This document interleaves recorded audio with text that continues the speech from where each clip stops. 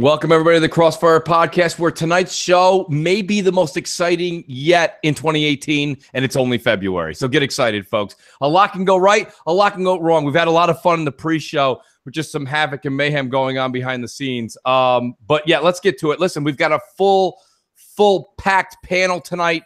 I've asked a lot of people to join us, and you know, a lot of times, listen, people's lives and their events and their family all come into play, so we don't always get the opportunity to have everybody on the show. We've got some great people in gaming here today, people. So let's start very, very quickly here. I'll run down quick and easy. One of my usual suspects, the usual suspect himself, Crap Gamer. Crap, welcome to CrossFire tonight, buddy. Hey, what's up? I know I'm excited, man. I'm pumped. I was in the pre-show just pumping everybody up with my infectious attitude. So I can tell this is everybody's raring to go, man. We're gonna have a good damn time. Yes, hit that like button early and often. Thank Let's you. get this shit going. Woo. Thank you, Crap. I really appreciate that. You know, Crap is one of the first people to tell people that we're doing videos years ago. You got to say, hey, hit the like button, hit the subscribe button, because apparently, see, I think that just goes hand in hand, but not really. Not really. No, it's almost like, trust me, it doesn't. It doesn't. You got to tell everybody. It's like if you're at a restaurant, you got to tell everybody, now pick up your fork. No, then pick up your knife. Oh, okay, my fault. I had that confused. Yes, that being said, I'll go to my next usual suspect, Xbot448, who is leaving iPhone for an Android. Folks, please, somebody play taps.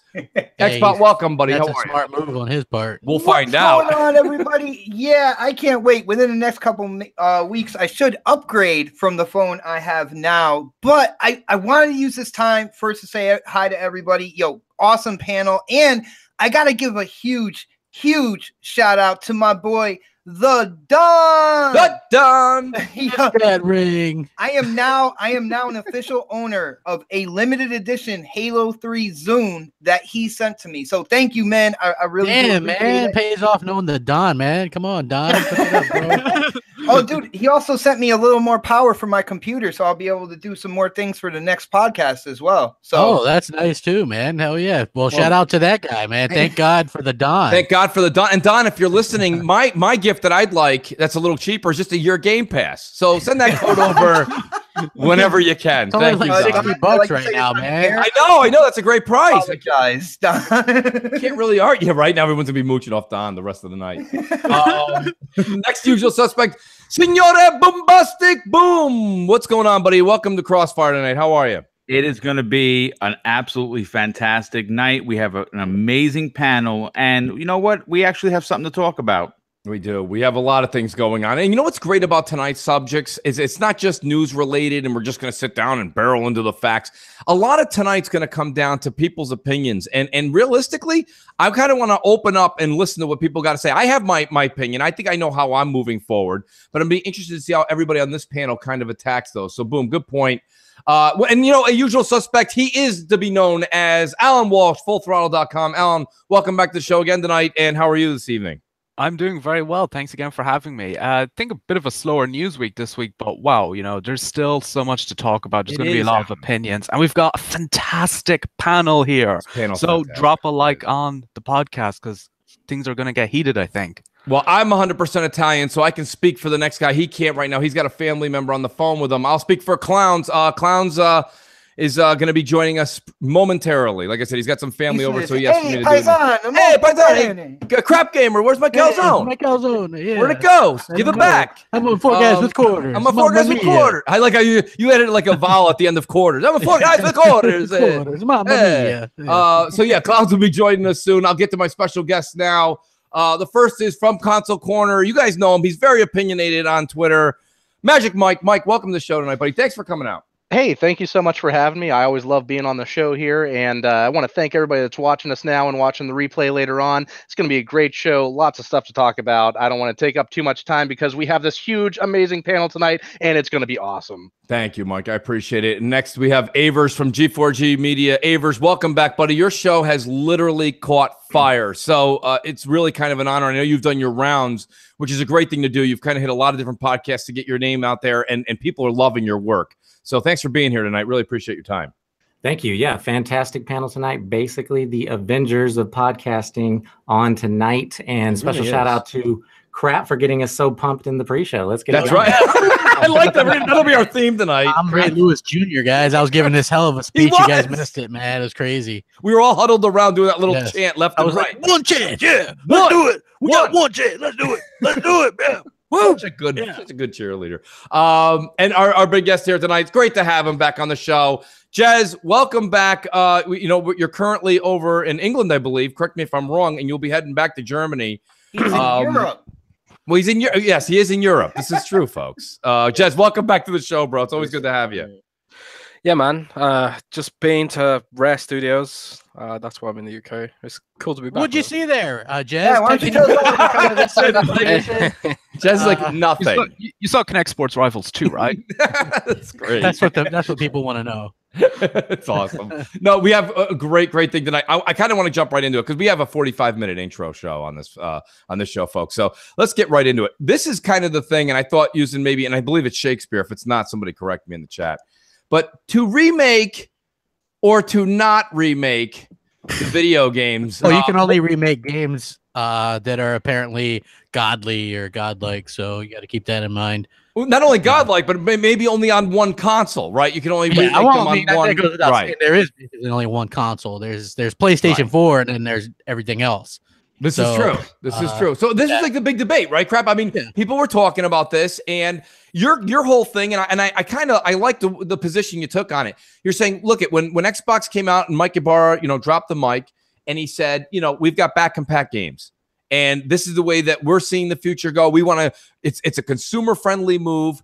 We don't want to keep charging because we all complained at the beginning of this generation that remasters. Whether it be remaster or remake, this or that, frickin' frack, didn't matter. At the point of time, we were tired of paying for games we already owned. Now that time has gone by, right? Now time's gone by. We've gotten a lot of new games. We've got so many new games, we can't play them all. Now we're going back and seeing that Sony's going and making these remade games, if you will, which Bluepoint, by the way, the one that we're talking about is Shadow of the Colossus. And Bluepoint did a hell of a job. Okay, there is no doubt about it. I'm playing it through myself. They did a great job. But the point comes up, why is it that nobody's saying, hey, Sony, great job on the remake, but at the same time, Microsoft is being so consumer friendly, and you guys are charging us again and again and again. Maybe this is something that you should have done as a fan favorite and only charge $5 or $10 or give it away. No, we don't see that. We see almost a full price on it. Was it 30 or 40 MSRP? I think it's $40. $40. 40. Okay. Yeah. All right. $40, which I think is a lot to pay for a game that's 15 years in age. It's been remade, but nonetheless. So we're in the crap. Where's your stance on it? Well, I mean, look, here's the thing. I'm all for remakes, remasters, and backwards compatibility, right? Like I love all four. I like all three of those options. Okay. The problem that I have is when we got a great game like Call of Duty Black Ops 2 or Black Ops 1 or Grand Theft Auto 4 or Red Dead Redemption, which, those are widely considered great games. And we're like, those are some great games, man. We're excited to hop back on these things. And people are like, yeah, you guys are crazy. You want to play old games, man. I didn't get no console to play some old games, and now they're like, holy shit, this game that nobody bought 15 years ago has a better Metacritic score than the original. It's so great. Right. I can't wait. Mega Bomb. Boo. You know what I mean? Like, and you're just sitting there like have you guys ever seen somebody look at somebody who was explaining something and they were looking at that person like they were fucking stupid? Yeah. Like that's the 1,000-yard. Yeah, that's like the 1,000-yard stare that I'm giving to everybody that's hyping up this game, but that also said, look at those Xbox fans hyping up old games. Right. They're both old games, fuckers. Like, well, crap. Look what they said about the your Master ass. Chief Collection, man. I mean, people came out you're getting so many games in one bundle. You know what I'm saying? Cheaper than retail price, and people. Hey, I'm all for remakes. I have no problem with that, right? But old games are old games, whether they're backwards compatible, remakes, remasters. Well, don't be excited for one and then bash the others. Well, not just that. Not just that, but the. Go ahead. I was just going to say, you even see a lot of PS4 fans celebrating the fact that you have these PS2 games on PS4 and they charge like $10-20 for each one. Yeah. And it's just re-release. Keep in mind, too, when that was a brilliant move, though, Alan. Like, according to the media, brilliant. Yeah, but then the media was like, nobody uses backward compatibility on Xbox. Right. So much so that Microsoft had to say multiple things. Hey, you know what? I'll be using some backwards compatibility on Xbox later on tonight because Splinter Cell Conviction just came Yes. backwards Oh, yeah. compatible. Yeah. Yeah, Now, before I made my tweet about being excited about Splinter Cell Conviction being backwards compat, I made a tweet saying, "Is it okay to be excited?" Because the narrative can change day to day depending on what Sony's doing. So I wanted to make sure, like, anytime, that's what I'm going to do from now on, right? Make sure that it's okay. And if Sony does it, then I know it's okay, but only if they've done it super recently, like within a week or two. Right. If it's longer than that, then nobody will, then they'll still jump on you for that shit, right? But now I know. So hell yeah, Splinter Cell Conviction, great game. It's only $10 right now. Now here, I'm very curious. I asked Mike to wait because he was going to start talking about it in our DMs, and I said, "No, Mike, wait for the show." Mike, you said you had an unpopular, possibly unpopular view. What is your take unpopular, on it? But you know, I'm after listening to crap there, I'm putting on my crap was right shirt, and apparently it is the popular opinion because the chat seems to agree. I'm also down with remakes. I'm down with remasters, and I'm down with backwards compatibility. My opinion of it is that, you know, let's call a spade a spade. Remasters have basically not been remasters anymore this generation. They've been ports pretty much from previous gen games. Up-resing, you know, maybe better frame rate. That's the same thing you get from, you know, putting your PC game from 2005 into a 2015 PC. It basically just plays better. That's a port in my opinion. But I'm okay with that. I'm okay with remasters of last gen games, PS3, Xbox 360. Remaster those games still, like, you know, they looked good for their time. They still look good, especially when they get up-res and everything. That's perfectly fine. If you're going to remake a game, especially from the PS2, you know, PS1, you know, even if you want to go further back and remake classic games, like what was it on the Xbox 360? They had Bionic Commando got a remake, and it was amazing. So if you want to remake a classic game, bring it to the gamers of this generation. I think that's great because we're talking about Shadow of the Colossus here is the big one. It's the elephant in the room. If I was to bust out my PS2 and put in my copy of Shadow of the Colossus and have my son play it, he would be like, "Oh, okay, that's nice. What's this garbage? I want to go back and play Call of Duty on my Xbox One." Right. But with a remake where you're getting this graphical overhaul where it's being rebuilt from the ground up, I think that's the right way to handle a game like that. Now, I kind of say that with a grain of salt because when it comes to Shadow of the Colossus, it was remade on the PS3. Yeah. I don't know why they couldn't have just, you know, if they had backwards compatibility, that would have been a great game to bring into that program for the PlayStation. They don't have that. You know, the remake of that game, I'm on the fence about. I loved that game when it came out on the PS2. I didn't play it on the PS3. And I don't plan on buying it for the PS4 at this time. But when it comes to games like that, I think they deserve the remake treatment, especially a game that's as good as that game is. If they were to remake Legend of Zelda Ocarina of Time on the Switch, I don't have a Switch right now, but I would be buying a damn Switch the day that remake drops. Yep. You know, Mooch, one thing I want to say is something that you said about like the ratings of this remake, right? Yes. And the thing is, I have a hard time with having this remake being rated better than the original. My bad. My phone's going crazy. That's probably Xbot. Jesus. Who said it was that muted? was my Windows phone. That's my Windows phone. I took it across the room, guys.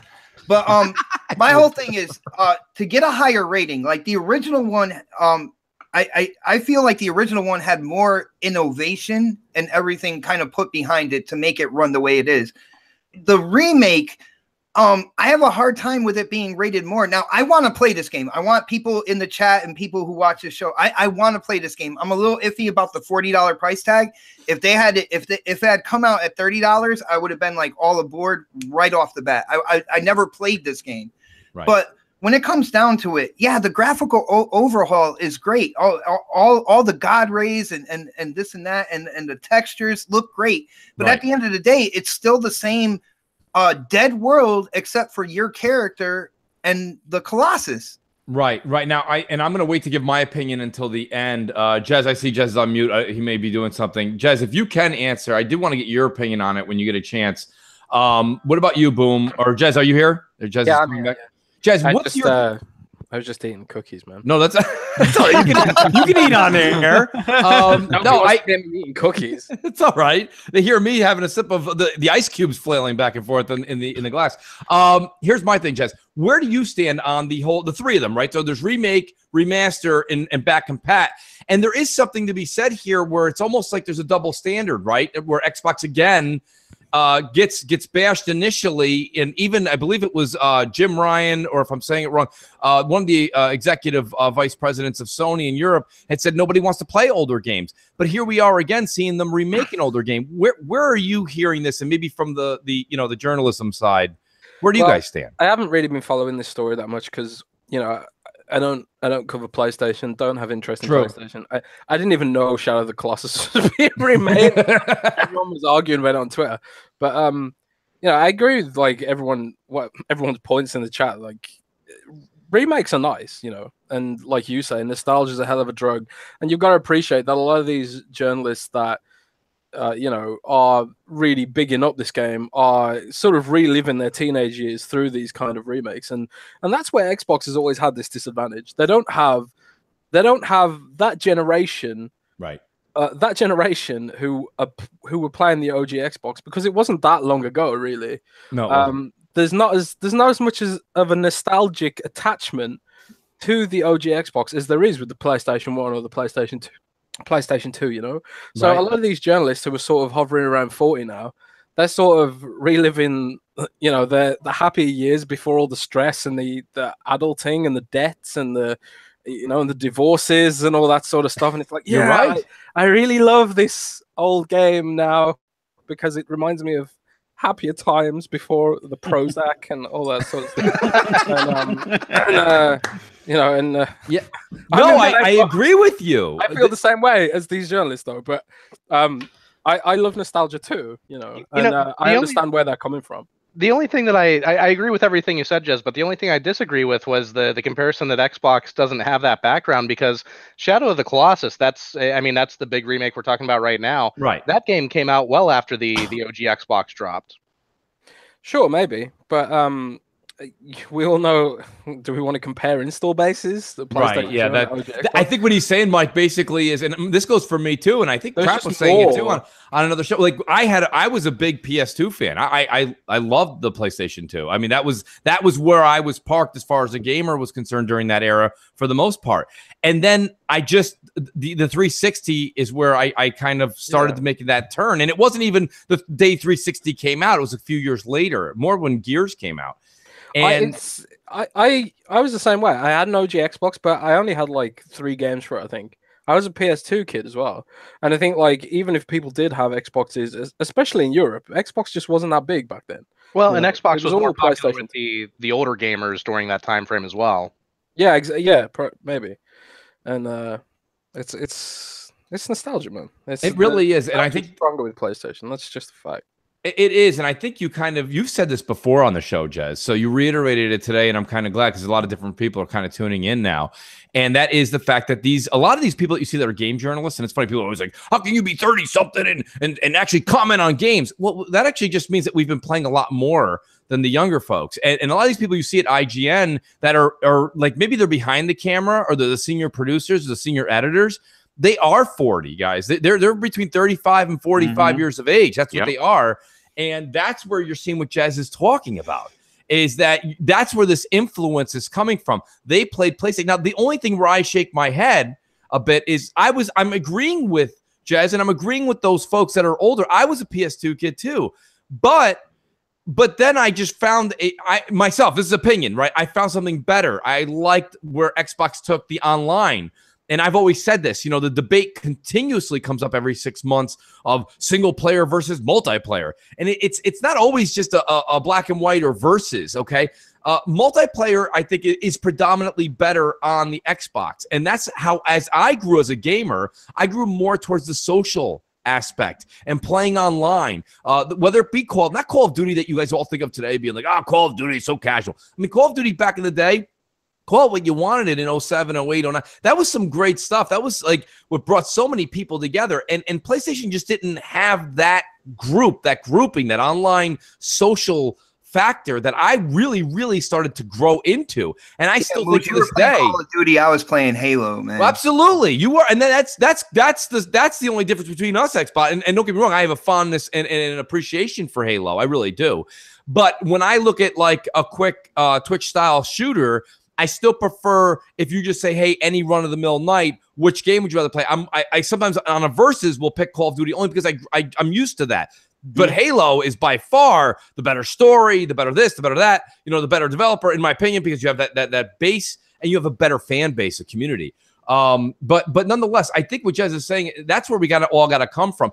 But it's not fair for people to bash back compat, because back compat is also they get kind of the X treatment, right? A lot of these back compat games are playing and looking so much better on the X without even an update. Well, Mooch, and here's another thing when it comes to backwards compatibility. Like there's a couple things here. Like if you still have the game from the 360 era, or even possibly the original Xbox era, and the game goes back compat, you could put it in and play, right? Yes. But then when it comes down to it, Microsoft and Xbox can look at the active user base, and if you really want a fleshed out remake, at least there's numbers to back it up if you have backwards compatibility on your system.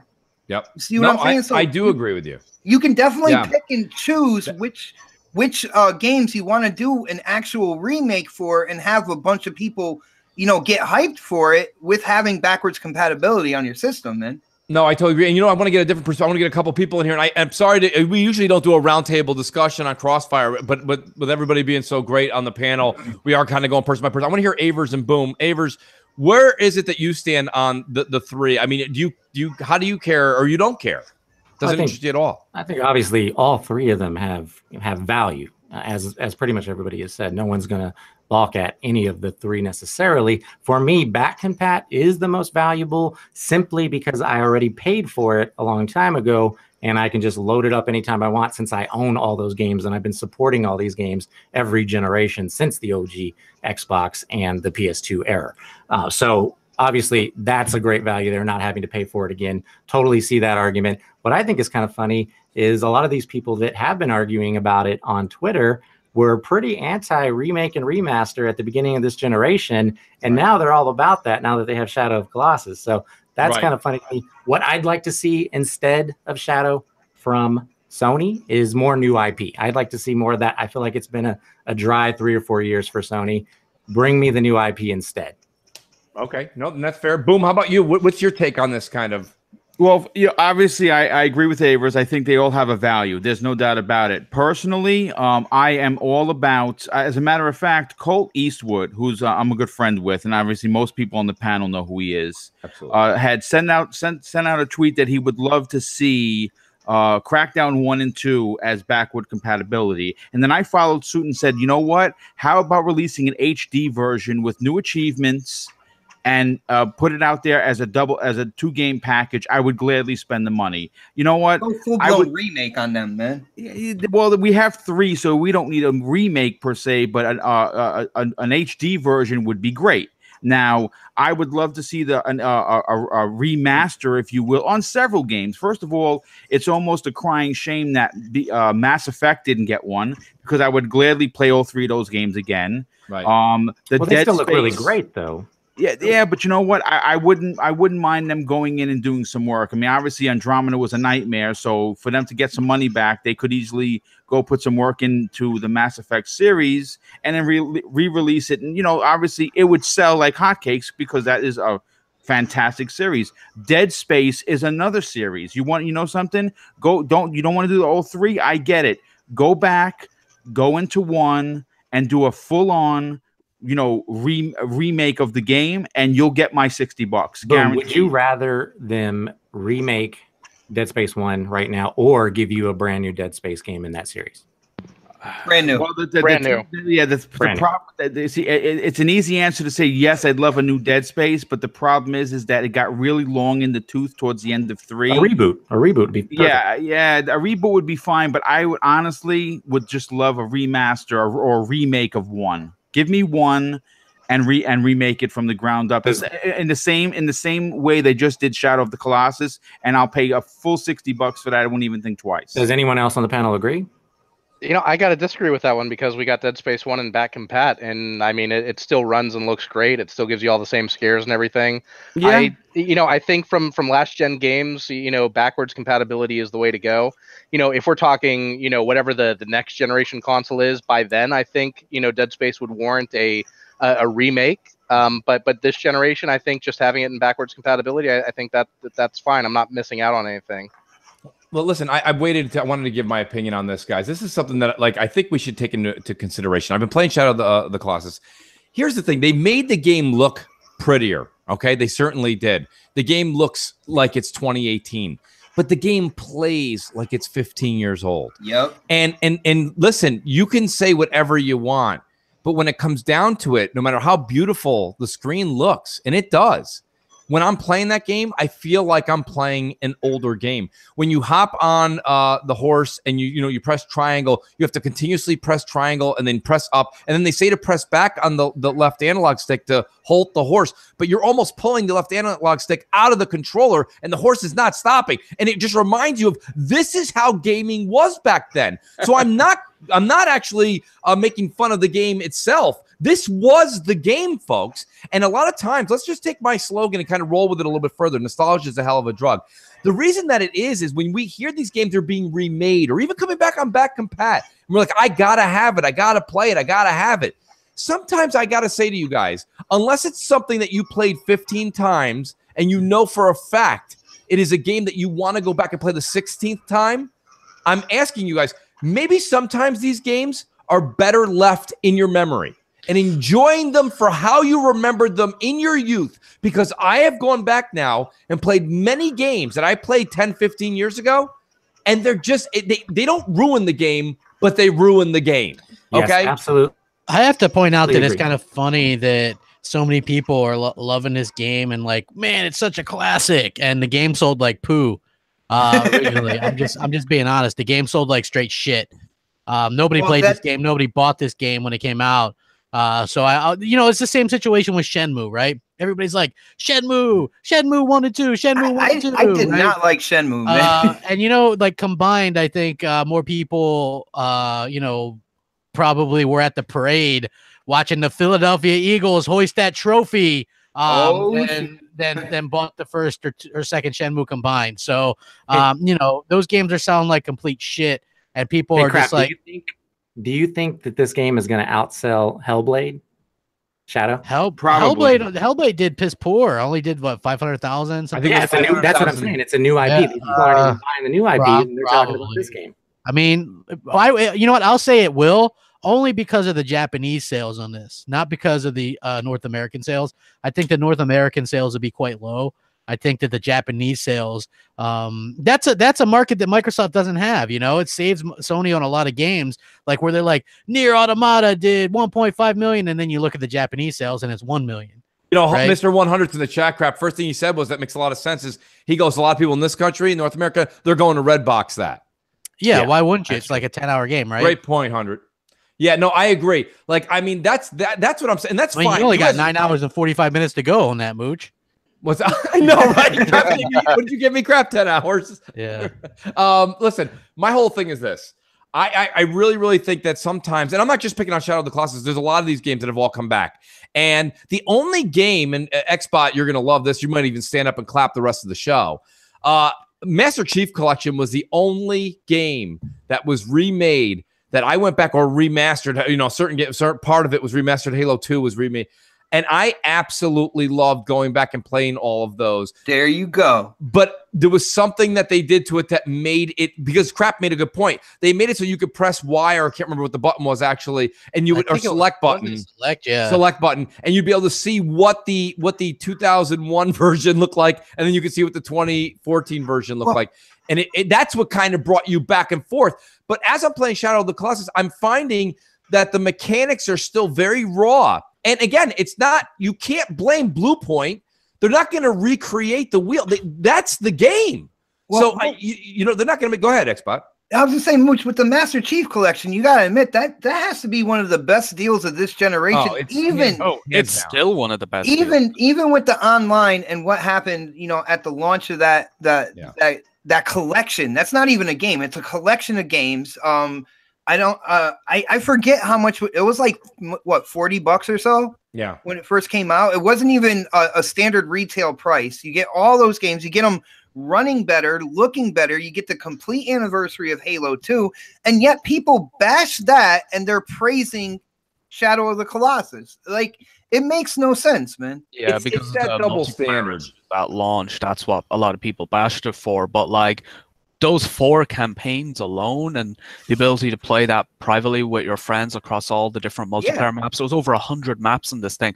Like, that's worth it alone. And 343 right now, they're working on a huge patch. They're going to fix all those multiplayer issues this year, and they're bringing it up to 4K on Xbox One X. It's going to be phenomenal. Like, cannot wait. And remember as well, these all run in 60 FPS, so that's why they feel so new and modern over the 360 and Xbox versions. And now let's not forget that they wind up giving ODST away for the 5th game in the collection.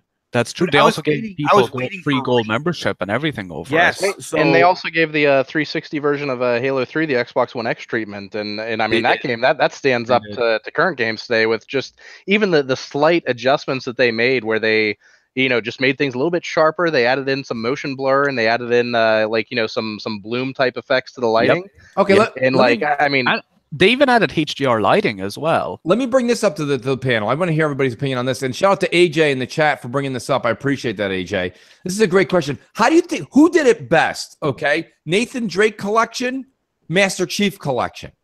Master Chief collection. Right?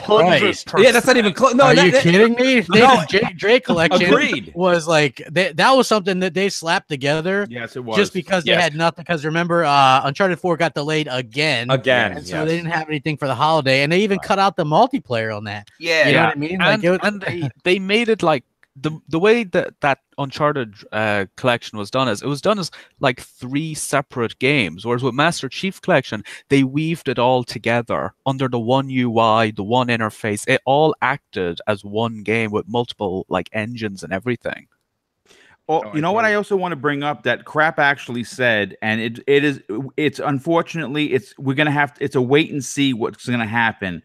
But when the Nathan Drake collection was brought out, right?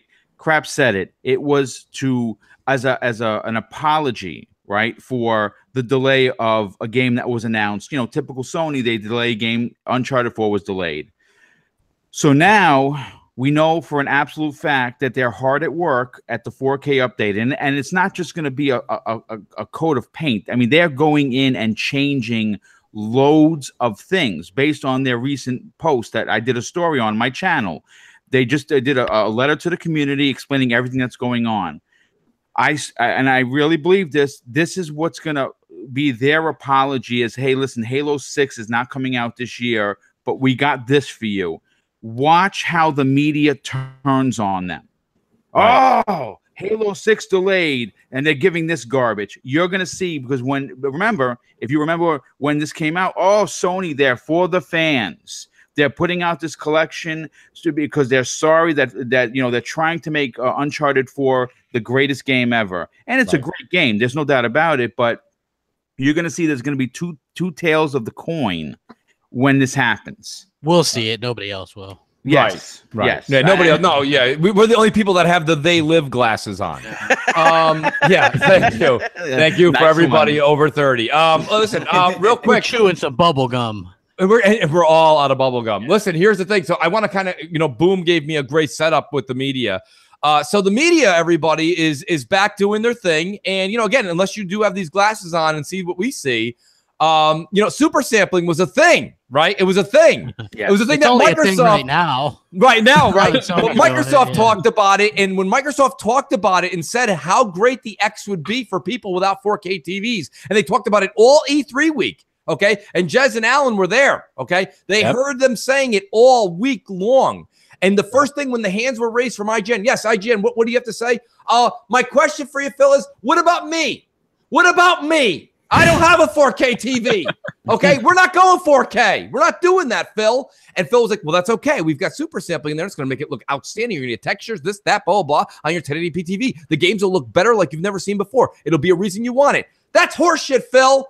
Okay, you're mandating I buy a 4K TV. No, I didn't say that. And it went on and on and on, right? We did that for 6 months.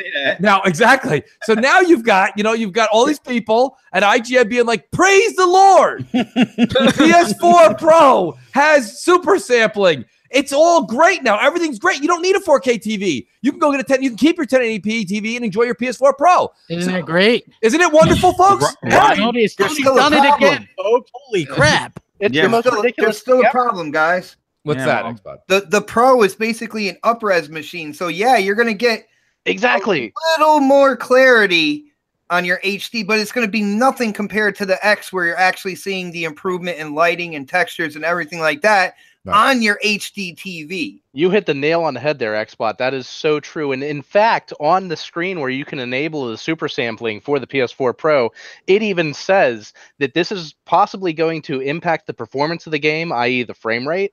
And also it says for, some titles you may not see any difference at all. And that's mostly because the PS4 Pro, like you said, is an up-res machine. It's more concerned about the resolution of the game. It's not concerned about the texture resolution. It's not concerned about the texture details. That's the kind of thing that Xbox One X is offering when it gives super sampling to 1080p TVs.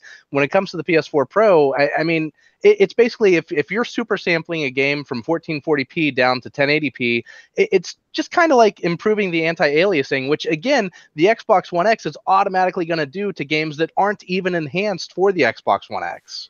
Agreed. Well said, Mike. Well said, Mike. Now, Jez, I want to kind of tap you on the shoulder here and I want to get to Alan right after, because you guys were at E3. Do you remember Phil and Aaron and everybody kind of going out there and doing their PR? Oh, we lost Jez. We lost Jez. Yeah. Alan, I'll start with you. He'll jump back in if he's having a connection issue. But Alan, if you can start, what was the whole thing you guys were seeing on stage or hearing on stage about, super sampling and what it was going to give customers and how they didn't need a 4K TV and how Microsoft had to keep punching this punching bag over and over again and they just wouldn't take it. Yeah, so at the briefing, you'll remember Kareem Chowdhury, when he was on stage, he spoke about super sampling. He actually said, if you haven't made the jump to a 4K TV yet, don't worry, we've made this product for you as well. Those were his exact words. And that definitely that holds true, because you'll remember when I got my One X before launch, I came on the CrossFire and I said, super sampling is what has impressed me the most about this system. It's brilliant. The first month of my Xbox One X, I played it on a 1080p screen, and the difference was huge. It was a big, big upgrade over the Xbox One S. Immediately noticeable. You were one of the first ones on this show to say that, because the rest of us had already pre-purchased and were anticipating the X. So we went and got the 4K, and you had admitted I got the console, and at the same time, I don't have a 4K TV. Jez, what I was just saying, because you had popped in and out by a technical issue, is that you were there at E3 and you saw and heard what Microsoft was telling everybody about super sampling and what it really was. Do you see kind of what we're saying? Say again? I leaked it, man. That's right. That's right. And, but Jez, tell us, that's my point. You guys were all there from the get-go, from the beginning, and now here we are, and now Sony's the White Knights again. I haven't. They're not. Again, I haven't seen what they're saying about super sampling on the PlayStation, but I don't know. I don't think super sampling is such a big deal. I can't really see much of a difference personally between a super sampled X on a 1080p and an S at 1080p. I can't really see that much of a difference. But then again, that might be because I'm looking for that 4K image. Yes, that's what I was just going to say. That's what I'm looking for. 4K image. So I don't know. I still think if you're going to buy an X, you need a 4K TV. I personally don't think it's worth buying an X just for 1080p. And I actually wouldn't disagree with you there, because I think that's one of Crap's biggest things when people say to him, are you going to play this game in performance mode or resolution? And we generally 9 out of 10 times say resolution, because we didn't buy this machine to not enjoy the 4K clarity. But I mean, at the same time, the issue that does arise is that, now the media is just I disagree, guys. Well, yeah, no, and Xbot, I want to hear what you got to say, but in including your opinion, have you noticed anything also, Xbot, with the media is now super sampling, everyone's wearing it on their shirts? Well, yeah, I've noticed that, and I went back and I kind of tried to tell people what they're going to be getting with the super sampling. Now, first of all, it's great that the PS4 Pro has super sampling. Now, people who have an HD television, there is at least a half a reason to get a Pro. I got the X first. First of all, I'm more embedded in the Xbox community, Xbox Live and everything like that. But on the hardware side of things, the X, it was more sense to get the X first because I have a standard HD television. Now, me and O-Snaps, we're not made of money, right? So we had to pick what we're going to upgrade first. And with that being said, I had the Xbox One Elite, the fat boy with the hybrid drive, right? Yep, I remember that. And so it didn't really make sense for me to upgrade to a 4K television first, but at least with the X, I got a chance to play Forza Motorsport 7 on the Elite, on the S, and then on the X, all on HD televisions. And I can tell you guys right now, there is a huge difference when you play it on the X with a standard HD television. Oh, Snaps can tell you, playing PUBG with the X on a standard HD television. Yeah, she's like, before she even thinks about her TV, the first thing she said is like, I need an X now, because of the difference with the lighting and everything that comes with the X that we're still able to see on the HD television. So for people who don't have that bigger wallet size, if you're going to upgrade something first, I would definitely upgrade your console first, and then down the line. This is an interesting conversation, Xbox, because this is the chicken or the egg, right? Or the cart before the horse. Really, for certain people, and now it just so happens that the majority of people that we've talked to, and I think Xbox, you'll agree with this, majority of people we all talked to in the YouTube world, they all went and made the investment because Phil gave the heads up on the Scorpio a full year in advance, okay? So everybody started, they didn't run out that day, okay? They didn't go run out that day in 2016. But they started to slowly, gradually move out to where buying a 4K TV became a goal for them in the next 12 months. And it was funny. I actually had a really good time. I enjoyed it thoroughly, tuning in every once in a blue moon to IGN, to all the people that came out the first 2 months and were like, well, I'm not upgrading, Mitch. It's not happening, okay? I don't know about you guys and your little hats and your lattes, but I'm not doing it. I have nothing to do with it. And then all of a sudden you heard them and they were like, well, you can get a 4K TV for like $600-700. And they're like, oh, I'm coming around, kind of coming around. And all of a sudden the attitude changed, because it's like I said, it's not that you can't go get it, but just go hang out in a Best Buy, okay? Go hang out in a Target or a Walmart and just tally how many times people walk into the TV section and they say, excuse me, where are your 4K TVs? And excuse me, where are your 1080p TVs? The 1080p TVs are priced stacked still with a sale price on them, and nobody wants to talk about them. The 4K TVs have the entire wall showing. They have every bit of precious sale floor to themselves. That's where we are today, folks. And Microsoft knew that. I hear what you're saying. Yeah. But what I'm saying is, if you have to upgrade one or the other, you only have enough to do one or the other. I'm going right now. TV. That's me, though. Because I'm going TV. And see, this is another benefit for me for YouTube as well, right? Because as I'm doing this, all right, I played, the big hitting titles from last year going into this year. I played them on the Xbox One Elite. I played them on the S. I have played them on the X, all in HD. So now when I do bump up to 4K, I will see that as well. So I will see these games in pretty much every iteration. Right. On every piece of hardware. And I would say there is a benefit to having the Xbox One X on your standard HD television. There is something that you can see. There's a performance that you can feel. There's better load times, quicker load times. People get so mad at me when we're in a group in PUBG and I'm already loaded into the lobby and they only get loaded with like 5 seconds left before we get into the plane. Right, and that's an X thing. Correct. That's an X thing. But that's a little bit different. I do agree with you. By all means, I do think if it's within your means, and I had mentioned this on MNC Mornings last week, they had a tremendous trade-in deal going on last week with GameStop, Best Buy, and Dell. And some of those may still be active. So I do recommend that. But listen, I don't want to talk about that. I want to kind of get it, because with having such a great panel and a large panel, we're already an hour in. And as you guys can see, I have like 75 topics. I'm gonna take a break and vape for a second. So you vape away.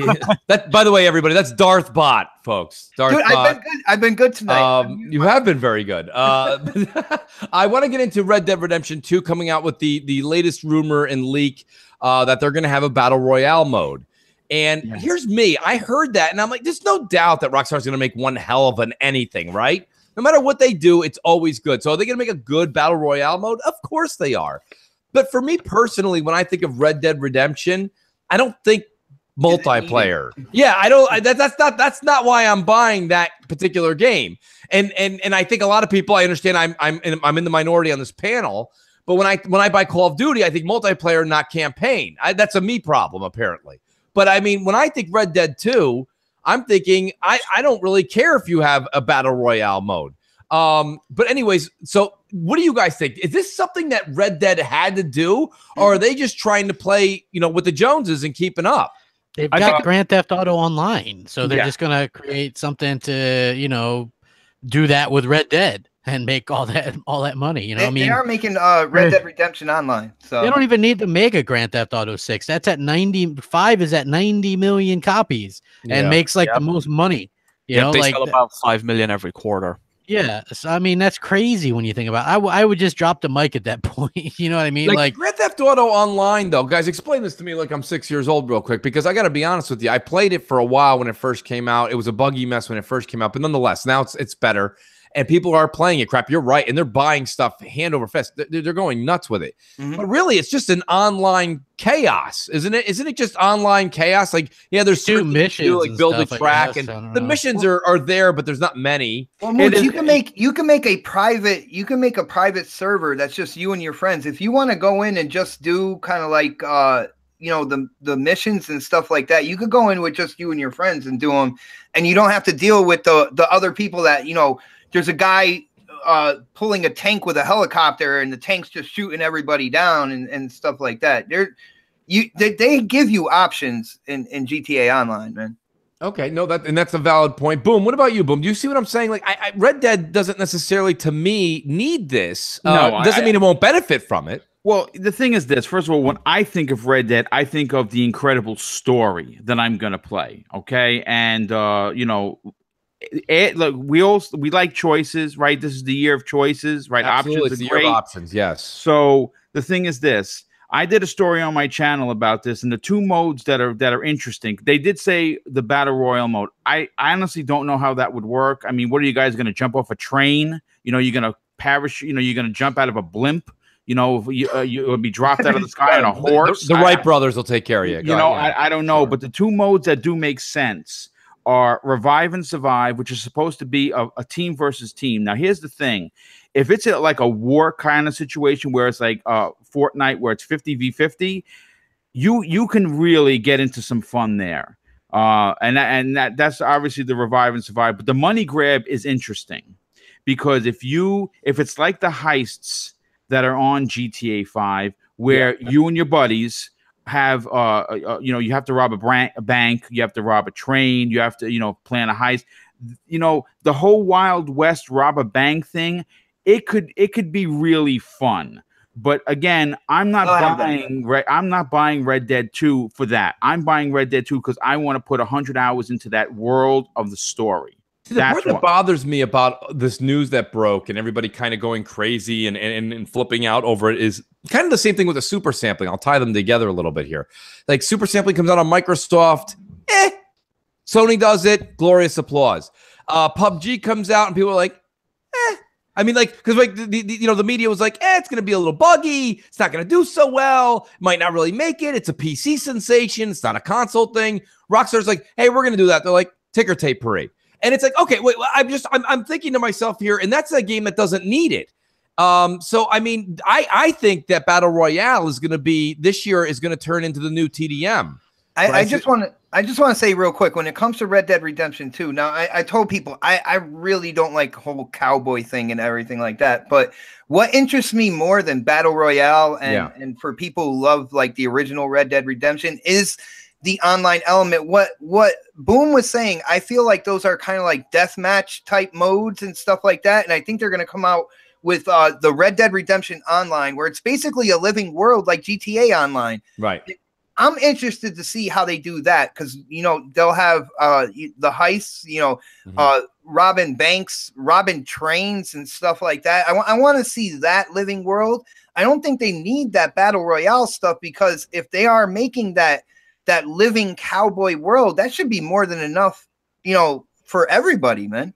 Yeah, I mean, don't get me wrong. Look, we are in the generation. It's not even the year, Boom. We're in the generation of options. People want things thrown in that they'll never use, okay? I mean, people want air-conditioned seats in their car, okay? Are they ever going to use it? No, you live in New York. It's hot for 3 months. But people get are you going to throw it in? I'll take it. Okay, apparently they'll take it. So, I mean, they're going to go ahead and do this because I think it just gives it's more value because you'll get more longevity out of the game in their online. But as far as me saying, wow, Red Dead just got better, I'm buying Red Dead for that 60 to 80 to 100 hour campaign they got, loaded up for me. And that's what I'm excited about. So when I see this coming, I'm like, okay, everybody's going to be cookie cutter in this. Jez, what about you? Jez, are you seeing anything? And I want to ask Avers too. Jez, what's your take on it? I mean, are you a Red Dead fan at all to start with? Yeah, I'm a huge Red Dead fan. I really love the original. Absolutely adored it. Do you think that this is going to help them, or it's indifferent? You talking about the online mode specifically? Or? Yes. Well, basically, I kind of feel like that from speaking to people inside the industry. Yeah. Red Dead 2 is seen as this like black hole where all of the games will get sucked in to die. So like when Red Dead launches this fall, it's a nightmare for other game publishers basically. And I think like if all this stuff about the battle royale mode is true and stuff like that, it's definitely gonna impact games like Fortnite and PUBG and stuff like that. It's without a doubt if they nail it, because like Red Dead 2 didn't have the greatest shooting mechanics in the world. I mean, they were quite satisfying, but they weren't really great in a multiplayer setting. GTA was better, but I still didn't like them that much personally. Agreed. But if they nail that sort of visceral style shooting, with the ballistics and stuff like that, and the what people expect from a shooter and not just a third-person action game, because I don't see those games as shooters. I see them as third-person action games because the shooting like is never that great in them, I feel. Agreed. No, I've always felt that with Rockstar games, right? Their shooting mechanic is not perfect. Yeah. But if they nail it, and I think they will, because they've gotten better with every game, I think it could crush PUBG. I really actually do. The numbers are frightening. Yeah, on console they really are, because if GTA 5 did 90 million plus, I mean, this could bury other products. I mean, really, it's not going to do as well as GTA. GTA is like this. It's this brand that sort of slipped into the mainstream psyche. Red Dead doesn't have that kind of power yet, but I think definitely amongst console gamers, if Red Dead's Battle Royale mode nails it, I think it could really hurt PUBG more than Fortnite. Fortnite has the whole free aspect. Unless PUBG goes free to play at some point, and I don't think it will. No. I think people could just switch in droves if it's good. Well, the reason I'm going to go ahead and say what you said has legs and it holds water is because the reason I will not, and it doesn't mean I won't go play it and try it, but the reason I'll never convert from PUBG to Fortnite is because of the cartoony aspect. But the one thing Red Dead does carry with it is, and maybe you don't like the Wild West era, and Xbox just said that, so I get it. But to be honest with you, there is a realistic setting there, folks. You may not like the Wild West, and we're going to have a difference in technology with zooming in and scopes, right? We didn't have all that stuff back in so maybe the fights will, at the end of the day, the fights in Red Dead on a battle royale will be a much more closer fight because of the style guns, right? But at the same time, I like the fact that it has a realistic feel to it. Exactly. I think there's more crossover between Red Dead and PUBG than there is Fortnite and Red Dead, because Fortnite's free, and Fortnite seems to be resonating with the younger audiences. Like a lot of my younger relatives. It's free. Yeah, it's free. That's a big part of it. But it's also cartoony, like Mooch says. It's also more forgiving than PUBG. PUBG is like visceral and realistic, and Fortnite, like you can just suddenly erect, walls out of nowhere, which is part of the combat. But guys. With Red Dead Redemption 2, did you guys know that there was I guess you could say a quasi leak that talked about purchasing tents, upgrading tents, and purchasing your own land in the Red Dead Redemption online aspect of the game? A PUBG mode on GTA or fucking Red Dead is not going to do anything to PUBG's numbers. Just completely the least favorite gun in PUBG is the fucking revolver. I won't even bother with that. So you're telling me everybody's going to have shotguns? That's what they're going to have, right? So the game would have to shrink. The game would have to shrink. And there's no cars. I mean, so what, you got to get ride on a horse? That sounds fun. Like, get out of here. I don't care about that shit. That's not going to switch me off of PUBG. PUBG is a fucking mess, right? I'm the first to admit it, but it's a fucking mess that you're addicted to, like it's fucking crack, right? Am I the only one here that thinks that this developer is overrated? Who? That's Rockstar. interesting. What, Rockstar? Oh. Yeah. Well, I mean, you may get a lot of backlash for that, but here's the thing. You know what? it's I'm just not going to say, opinions, I mean. but I'm not going to say Avers is really wrong. There's a part of me that when I play GTA, as much as it's a cash cow and it makes money, prints money, and you tip your hat to them for that. Avers, explain a little further. Why do you feel that way? Because I'm with you on this a little bit. Well, GTA 5 is the first GTA that I finally took a stand and did not buy because I didn't enjoy any of the previous GTAs. It's just not my cup of tea. It's not what I've never finished one either. Yeah. Yeah, you played for about 20, 30, maybe 35 hours, and then that's about it. I didn't even put that many into it because they make the achievements so god hard to get. You know what I mean? You put in 20 hours and you got 40 We know if they gamers. don't have good achievements, crap abandons the game. Oh yeah, I mean, like when you're grinding 20 plus hours and you got you look down and you see 40 gamer score. Yeah, That's 20 hours that I could put into games where I could actually get something out of it a little bit. I don't know. Yeah, no, I agree. Not just that, though, The because story it's mode in not GTA 5 was great. It's too open world for me. GTA 5 too open world. Like that's Yeah. such a thing for me. Too open world. It's overwhelming for sure. Yeah, But no, don't get me wrong. Actually, the big open world crap, I'm with you on that. I think sometimes it's a bit too vast. But Avers, why is it you think there's a bit of it's overrated slightly for a developer? Well, it's obviously a crime simulator, but it's kind of repetitive in that you have these certain types of missions that you go out on, and there always seems to be one mission that's like ridiculously hard and it doesn't fit in with the other missions and you kind of get stuck there for a while. That's what's always prevented me from having fun in that game. It's just like running from the cops and stuff like that. I can see some people having fun with that, but other than that, there's nothing there that I really love about that series. Yeah, and it's funny because same thing with all the Grand Thefts. I would just turn them on, get my kicks out of it for a little bit, and then I never ever finished any of them.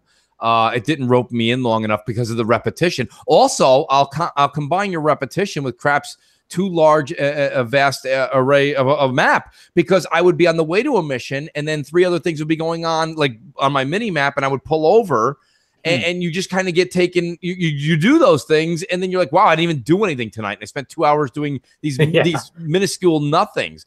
So there is something to that. That's kind of why I'm actually a little bit more into Red Dead than I am GTA, because I actually like the John Marston story, and I really enjoyed that Wild West. Like, I like the adventure they took me on. Was it repetitive?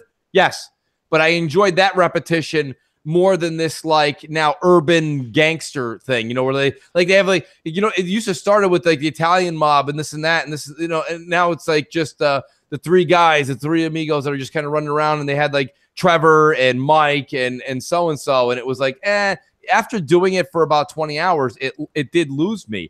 Now I do want to bring something up. Shout out to Predator in the chat. Crap, it's not a rebuttal to you, but it does come back to you. You said, okay, forget it. Red Dead 2's Battle Royale doesn't interest you. Well, here's something interesting. Is Battlefield 1, which is rumored now by EA to have their Battle Royale coming out this fall. Does that threaten PUBG? Nope. Now they have common weapons. They have more enhanced weapons. Why not? It's not PUBG. Yeah, I'm sorry, but look, I have to agree with crap on this one. It's the name, man. I could come out with Minecraft, and it could be a copy clone of Minecraft, and the millions, and nobody's gonna play it. They're gonna play Minecraft, right? It's the name, right? Like a lot of people tried to copy Halo. Killzone's people say that's like a Halo killer or whatever. It's not Halo. Right. Like these games aren't. It's odd because Battlefield and Call of Duty went back and forth. Like they copy each other a little bit. A lot of times Battlefield would copy some of the Call of Duty close quarter stuff, but it's not Call of Duty. So Call of Duty was always safe. Right. I can remember when Battlefield 3 came out. Everybody's like, man, this is gonna crush Call of Duty. That Call of Duty sold like 35 million that year. Right. You know what I mean? Like it's not touching it. It's not here's like the thing, though, crap. But here's the one thing I do. I just have to ask you. No, I got to ask you this. This is important. So everything you've said is correct, and or at least I agree with you. Okay, but now you have Red Dead 2, which has got Rockstar, and this thing is just like I didn't think Overwatch was going to hang around this long, because it's just a generic hip shooter that doesn't do very much else than any other game we've been playing for the past 15 years. It's Blizzard. Right. Thank you. And there's the answer. And that's why I have to come back to you and say Red Dead will do well because it's Rockstar. Well, I think Red Dead's going to do well regardless. But do I think that people are going to be on there to the tune that they are PUBG? No. Like, okay, people are I gonna see what you're saying. The online, no. Okay. I don't think and also, people... Red Dead's going to do well because it's Red Dead Redemption, and the last one was freaking amazing. I mean, it's going to do well because of the legacy it has. It's not necessarily going to sell more because it has a battle royale mode. Yeah. It's just a bonus, really. To be honest with you, I think it's the year of options, so they put it in there so people could play a PUBG type mode, and I agree. I think that, look, here's the thing. People are going to buy the game like it's selling. Like, if you don't buy it now, you'll never get it again. It's going to sell so many copies. In fact, I think it's gonna surpass numbers like we've never seen before. That's without a doubt. I mean, everybody on the panel's getting it. I'm not even going to ask. I mean, but I think it's really. Red Dead? No, I ain't getting that day one. I think the mass people are buying it because they want to enjoy the world and the story. That's me. Right. It's I think the online is, yes, it's great to have options and it's a great bonus, but no one is buying that game because it plays like PUBG or they can do a heist with their friends. They're buying it because it is an. I wonder if it was just me. What? No, I'm still here. I was wondering what happened there. Yeah, it froze or something. I don't know. It's weird. Now I tap dance for everybody.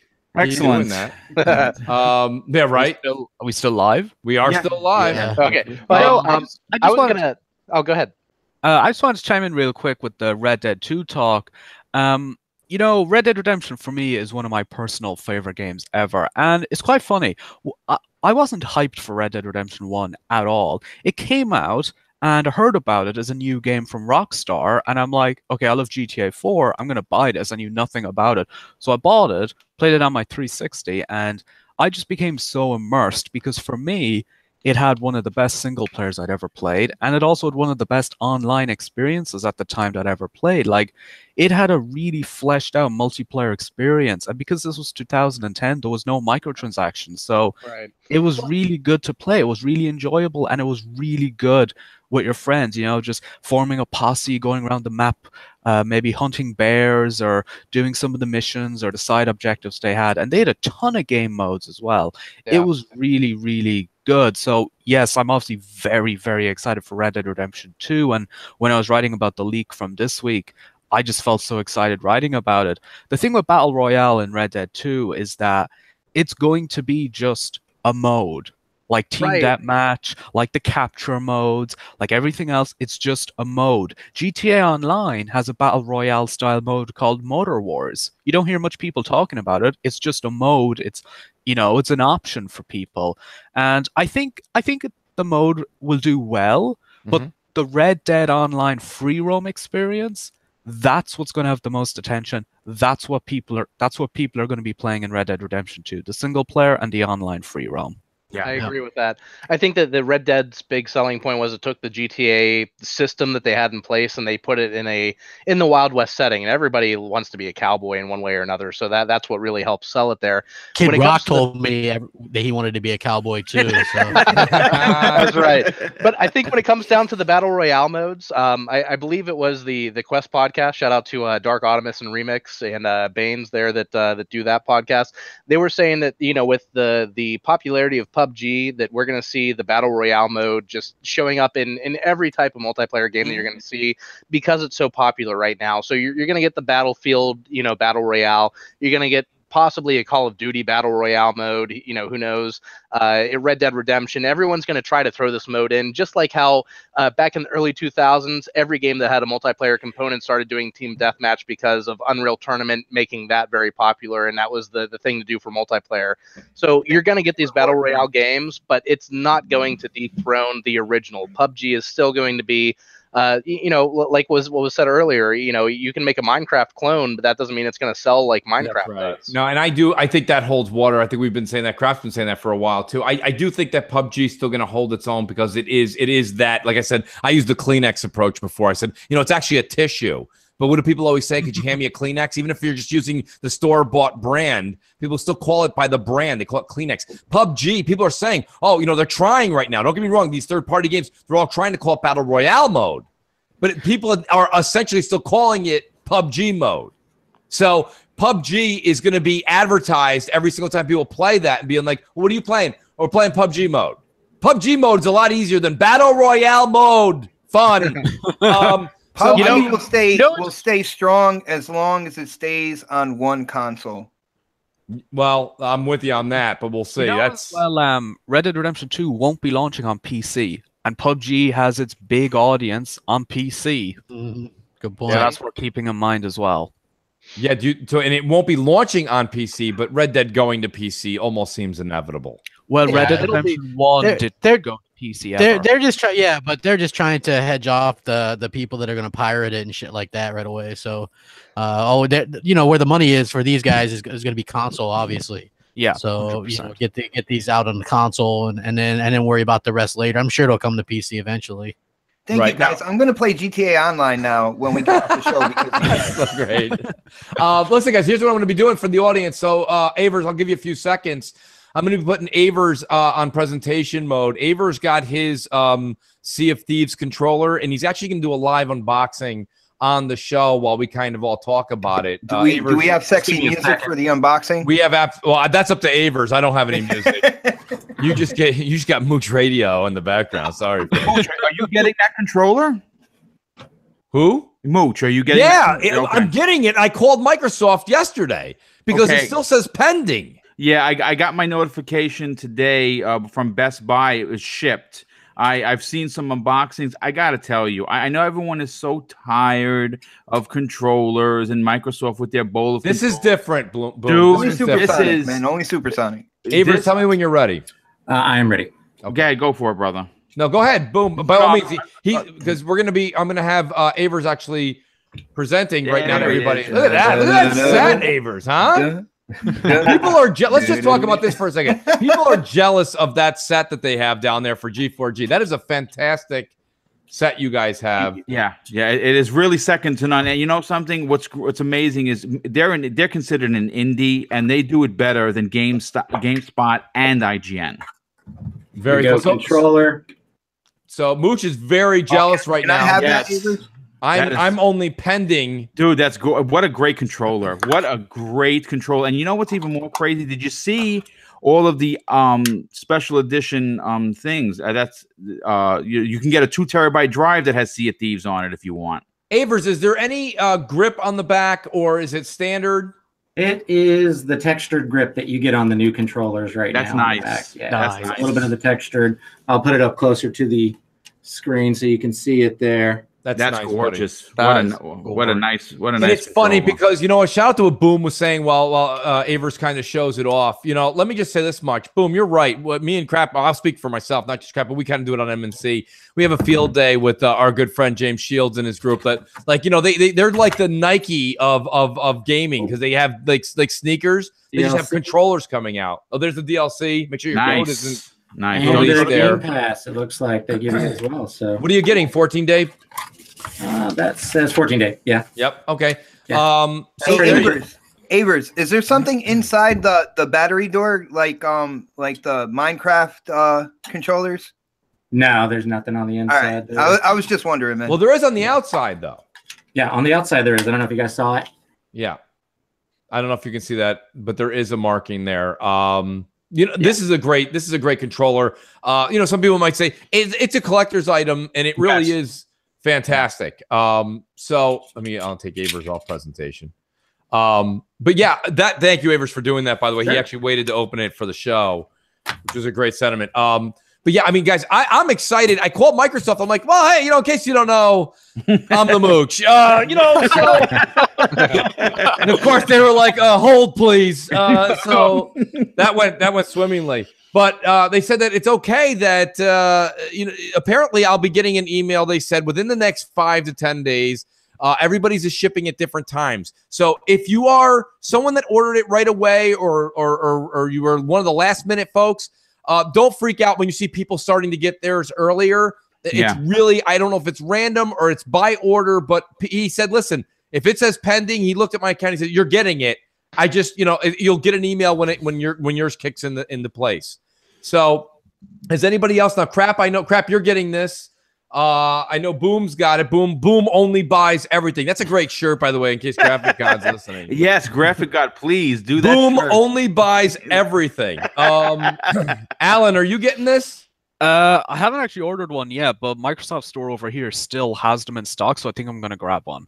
Dude, you know what? This is going to be one of those controllers that you get, and you know what? You're going to be nervous to use. Like, you're going to put it away. I mean, I hate to say that it's a controller, but it is. You know what? We talk about marketing, right? We've all really gone in on Microsoft with marketing, but what a way to market this game. You put all these different items out there. Yeah, they didn't have a collector's edition with a boat. I would say it would be great with a collector's edition console. Yes. Nice. I do feel that they kind of missed the boat, pun intended, with that one. I would have I got to be honest with you. I would have found a way. I mean, I'm not rich, but I would have found a way to get that Sea of Thieves system.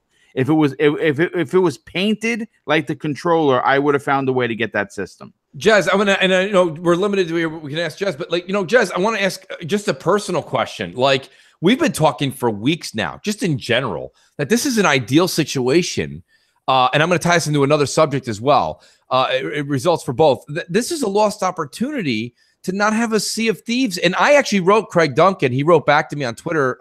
So it's for everyone to see and read. I said, Craig, is there any way we can get this thing a custom console for Xbox One X? And he says, Mooch, he goes, I never say never, but you can enjoy the, they have the Seagate or whatever. They have the external, they have the controller. Yep. I mean, what do you think, Jez? Is this something that was maybe a lost opportunity, or are you hearing different things from Microsoft where the custom console isn't a thing they want to do anymore? I think it is a totally lost opportunity, and I don't think Microsoft realized how popular this game was going to be. I think the whole Twitch thing took them completely by surprise. Yes. I really get that impression that they didn't realize that they had a hit on their hands, I think. And I think if they did, and they had more faith in Rare, then we would be seeing a custom console. But it just goes to show that Microsoft sometimes struggles to read the market. They struggle to read consumers across the whole company, and I think this is representative of that fact. But like Craig says, never say never. Maybe they'll change their mind now with the whole Twitch thing. That would be really cool. I think now that Red Dead has slipped to fall, I genuinely think Sea of Thieves is going to sell consoles. I totally agree. I mean, Rare had to take a big breath of relief when they saw that October 26th launch date. And, I kind of feel like this is one of those things, right? Rare's been a part of Microsoft for quite some time, Jez. And to be honest with you, like, this is almost like, when you're the kid and you say, oh, Dad never pays attention to me. Well, I'll show him. I'll be a doctor. You know what I mean? Like, Rare is really stepping up to the plate here. And Rare's going to put out, I mean, and let me tell you something, Jez. No, and Jez, and I know you can't say anything, but I do want to say this much, because this is something you tweeted, okay, before anything. You tweeted this, and you said, any concerns I ever had about Sea of Thieves are now gone. And I'm paraphrasing, that's not a quote, but it was very close. And when you tweeted that out, I took a huge breath of relief, because I left so hyped for that game. And that meant a lot when I saw you tweet that. They didn't even show us everything. They said, this isn't everything. And I was That's like, amazing. Oh my God, this is insane. Can you answer this? Because Craig spoke to it. Craig spoke to it. So this is not trying to pull any information out of you. Craig made it very clear that the beta we played, okay, was a small fraction of the game. Is it less than 20% of the game? I can't, like I say, they didn't show us everything. Okay. But I can't speak to that at all. And even if I could, I wouldn't be able to. But like I said, they haven't showed us everything either, and they've got a long roadmap for this game. They've got a long roadmap. Well, there you go, It's folks. big, man. It's going to be big. I just stay tuned. February 13th is when all the info drops that we've got, and they said they want to leave even more stuff for fans to discover. They don't want to give it all away to the media. They want a lot of this content to be there for fans to discover. And even when I was playing, I was discovering stuff that I hadn't discovered in the beta and the alpha, and I played for so long. They're adding stuff constantly, so it's gonna be Jess, legendary pirate status. I can't wait for that, man. I don't know what you're talking about. Good. So with the message, the discreet message that just can't speak of. No, listen. I do want to say this much. I will just say this. Okay, this is not Jez talking. This is me talking. And Jez has said nothing to me. Nothing. All I'm saying is nothing this. to any of us, man. What he has nothing at all. No. What he's just said in his excitement as a gamer that he is, and I got to give Crap credit because Crap's been boasting about Sea of Thieves for about 3 months, okay, is Crap saw this longevity in this game. I had some concerns. I really did because I just saw tendencies that were coming from the old Fable Legends where they were like, we've got this beta, the alpha was out forever and nothing seemed to be talked about. And I think Jez answered the question in the fact that, like, you answered it when you said Microsoft sometimes doesn't see what they have, the potential in front of them. And I think that's what the case is here with Sea of Thieves. I think they're now seeing it. They see it now. Phil already said over a year ago or maybe 2 years ago that he looks at Sea of Thieves as their next big franchise. So as far as I'm concerned, he's known what they've had in it for. I don't, you know what, he may have said that crap, but I don't. You could, actions speak louder than words. And they didn't do that. Well, here's the question, though. The whole company's behind it now. And Major Nelson flew out to Rare. He was tweeting about it the first time he's ever gone there. Wow. Okay. So like there's so much stuff I want to say, but I can't. But did you say February 13th it drops? February 13th on Tuesday it drops. Okay, that's not that long now. Okay. And it's like I was like you, man. I played the alpha on D&D, so technically can't talk about that either. But I played it at trade shows as well. Right. I had reservations. I wrote about them. It's like, what do we do in the game? What do we do? How much content is going to be in the game? Like, do we level up? All this sort of stuff. Like a lot of the game didn't make sense to me, and it didn't make sense to press either. And a lot of press were trying to compare it to other games, and they couldn't figure out how to frame it for people who are reading about this game. And I struggled as well. Like the closest thing I could compare it to was Elite Dangerous at the time, because it's similar in the sense that you sail around this vast open world, but in Elite Dangerous it feels kind of empty. Yes. But where Sea of Thieves builds on that experience is that it has these co-op systems, these accessible tools that you can use to create these crazy situations. Like some of the stuff that they showed me and described to me, like you'll see on Tuesday, there are going to be hilarious moments in Sea of Thieves that you won't be able to have in any other game. It's got that unique, rare selling point. There won't be any other game like this, and that's why PUBG exploded. There was no other game that was as intuitive and polished. I mean, yeah, there've been battle royale games before, but none of them had done it as well as PUBG. Whereas there is literally no pirate games like Sea of Thieves ever in history, and I think that fact alone is going to carry it. It's a totally unique experience, and I know Ubisoft has their Bones and whatever it's called coming out, but Skull and Bones doesn't do it for me because, listen, to be honest with you, it's that rare touch that kind of has me Skull and Bones is just ship battles. Yeah, right? and Assassin's Creed 4 just basically blown up into only a ship game. Yeah, that doesn't interest. I mean, I shouldn't say it doesn't interest me. That's not fair to say that about that game. All I'm saying is that, like, the pirate theme as a whole is, I think Xbox said, like, the Wild West doesn't do it for him. Guess what? For me, the pirate thing really doesn't do it for me. That's not the thing that I've always been, like, into, really. But I will say this. The artwork and the detail and the look and feel of the world Rare created, I kind of want to be a part of that. And if it happens to be that I have a peg leg and a pirate patch, so what? I'm the opposite. I quite like the pirate theme, but I don't like the cartoony theme. But Rare's sold it to me, and I understand the cartoony theme and the nature of the game is intrinsic to some of the gameplay. Like I say, I can't talk about it. It's driving me crazy. This stinks because now I have got to somehow get, which Jez is going, but you're going back to Germany, right? On Jez? Sunday, yeah. Okay, he's going back to that's why Jez hasn't been able to come on so much, because when we do CrossFire, so everybody knows, being in Germany and being in the UK is two different. It's another time zone, and it makes it much more difficult for Jez to be on. But like, man, I'd almost like to have you on again, just so we can talk about the stuff you enjoyed. I didn't realize it was February 13th was that deadline. We'll see, man. We'll see. It depends on my girlfriend, because like when I'm here, I'm not sharing a room, but when I'm in Germany, I'm sharing a room. So this is true. And again, it is the middle of the night. We have to keep that in mind too. And I appreciate you and Alan both being here. It's a big deal. It's a big deal because of the time zones. But I want to bring this up too. So we talked about it as maybe that's a lost opportunity, guys, right?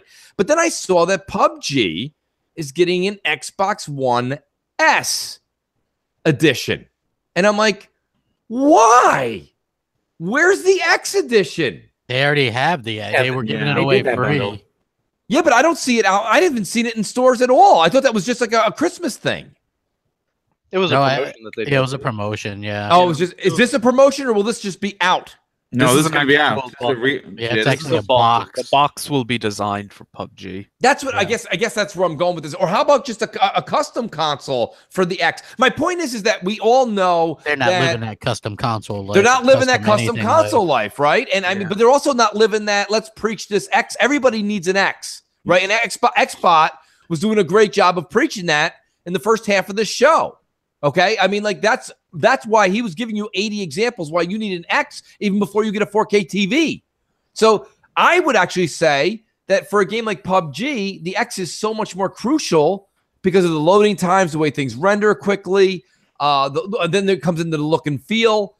So I just don't see why they had an S with a box art and not an X with a box art. I have both. Microsoft does their game console bundles a bit funny. Like, I still maintain that Xbox One X, all of them should come with a copy of Forza Motorsport 7. It's the showcase title. Correct. It should be in the box of every One X. Especially at this point. Don't do that to people. Come on. It is the definitive One X title. The same with Horizon. A game with guns. They don't want to play a game with cars. Come on. Come on. Cars are fun, man. That's great. Cars, cars are lame. Give them Assassin's Creed Origins. Assassin's Creed Origins looks better than Forza 7 there. So. Meh. The thing is, right? So great. In March, they should have, even if they don't have the custom design console, they need to have Sea of Thieves, Xbox One S and X bundles. Yeah, I mean, I think they need more bundles. I think that's really, really important. And for some reason, again, I don't know. And I'm really glad Chaz said what he said a second ago about how Microsoft just sometimes misreads the market. I think they misread it. And I don't understand why they don't take advantage of these things. Like, if you have a game like Forza, for example, or even put those games, or, take Jess's point, AC Origins or Shadow of War, which look great in 4K. Put these things in the box and give them away in the box. I mean, when we were kids growing up, and I have to use that term loosely, there used to be you came home with an SNES, you had a game in there. You did. That's correct. Yep.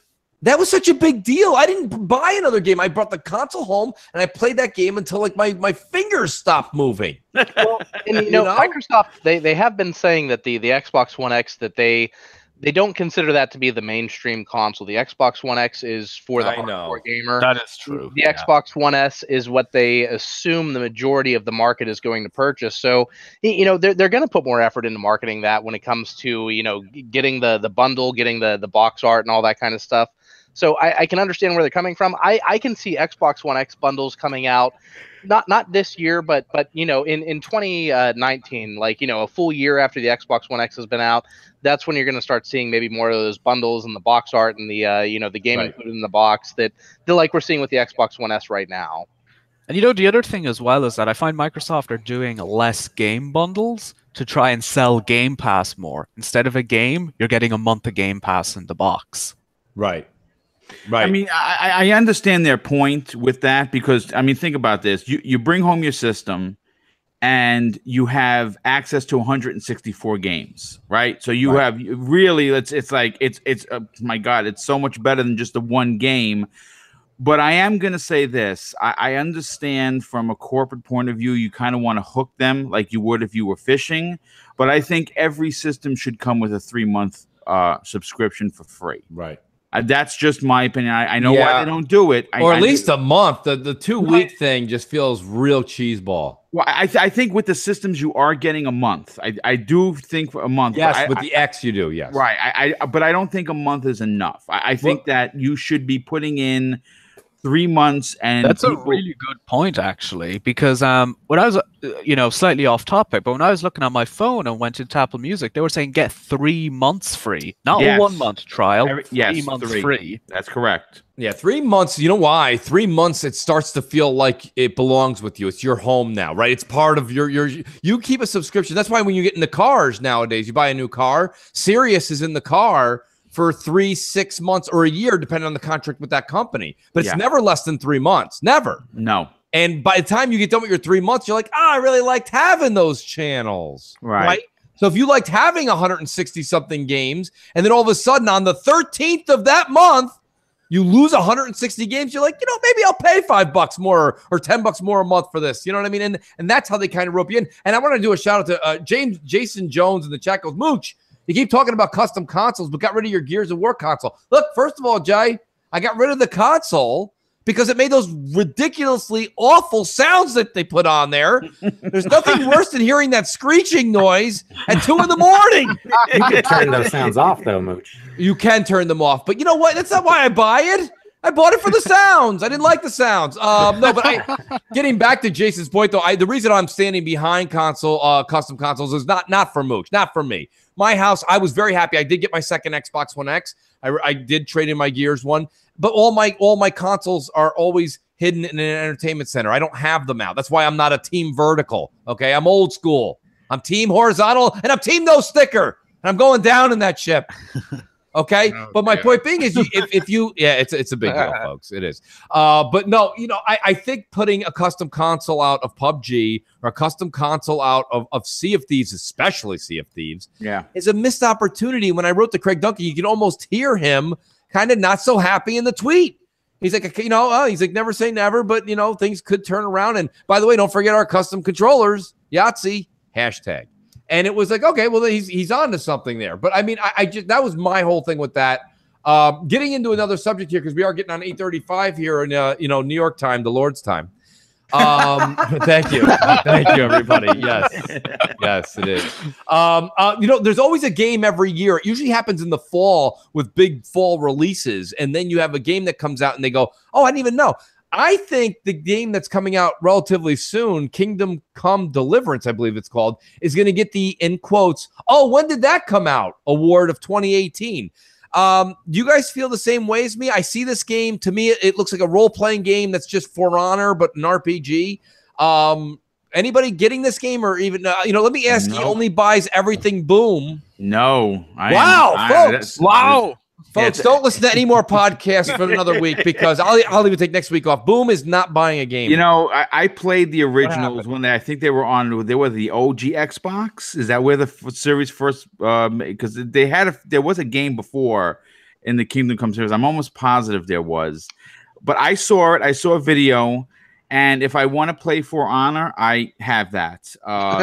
This doesn't interest me. I'm going to be honest. It's one of those games that I'm like, maybe at the end of year sale when it's $13, right, I'll consider picking it up. But again, that's just not me. It's not a bash on the game. The game looks interesting. It's just I have too much to play already. Yeah.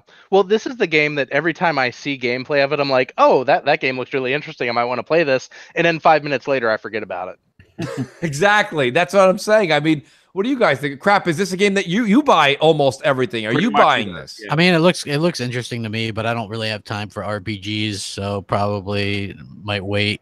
It's a pass. I can see it being a pass, and then one of those games that you guys are all like, "Hey, Mooch, it's on this big sale. It's like $20. You should grab it." See you in Game Pass. See you in Game Pass.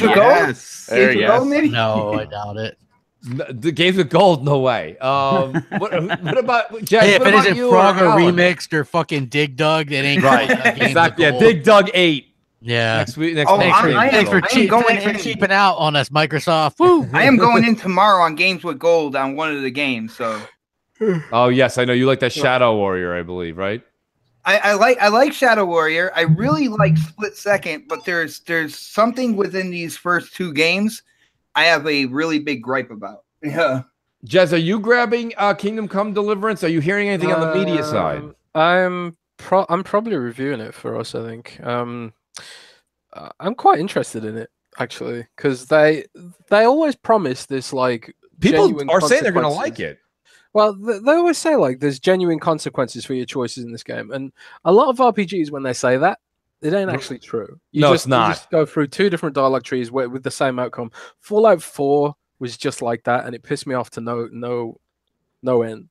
Right. But I'm really intrigued to see if Kingdom Come Deliverance, I can actually be a total asshole, kill everyone, and take over the world. That's what was it? I heard about this game from the developer, or maybe someone that played an early build, that like if you try to loot dead bodies on a battlefield, like if other people see you doing that, they'll consider that to be dishonorable. So then you'll get that will have an impact on how they interact with you in the future. So that sounds really cool. And again, every time I see something about this game, I'm like, oh wow, that seems like a really cool game I'd like to play. Well, I saw the script. The script for this thing is like it's got 1 million words or something, which is bigger than all Harry Potter books combined.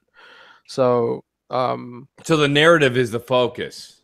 Yeah, I mean it's got like this visceral combat stuff as well, but it's definitely like a true RPG and stuff. I just want to know if you can carve your name into a tree and then go back later on in life and still see your name there. No, that's only James. James can do that back in Marcus's ranch. No, I don't know. For some reason, is this game going to be visually stunning, Jez?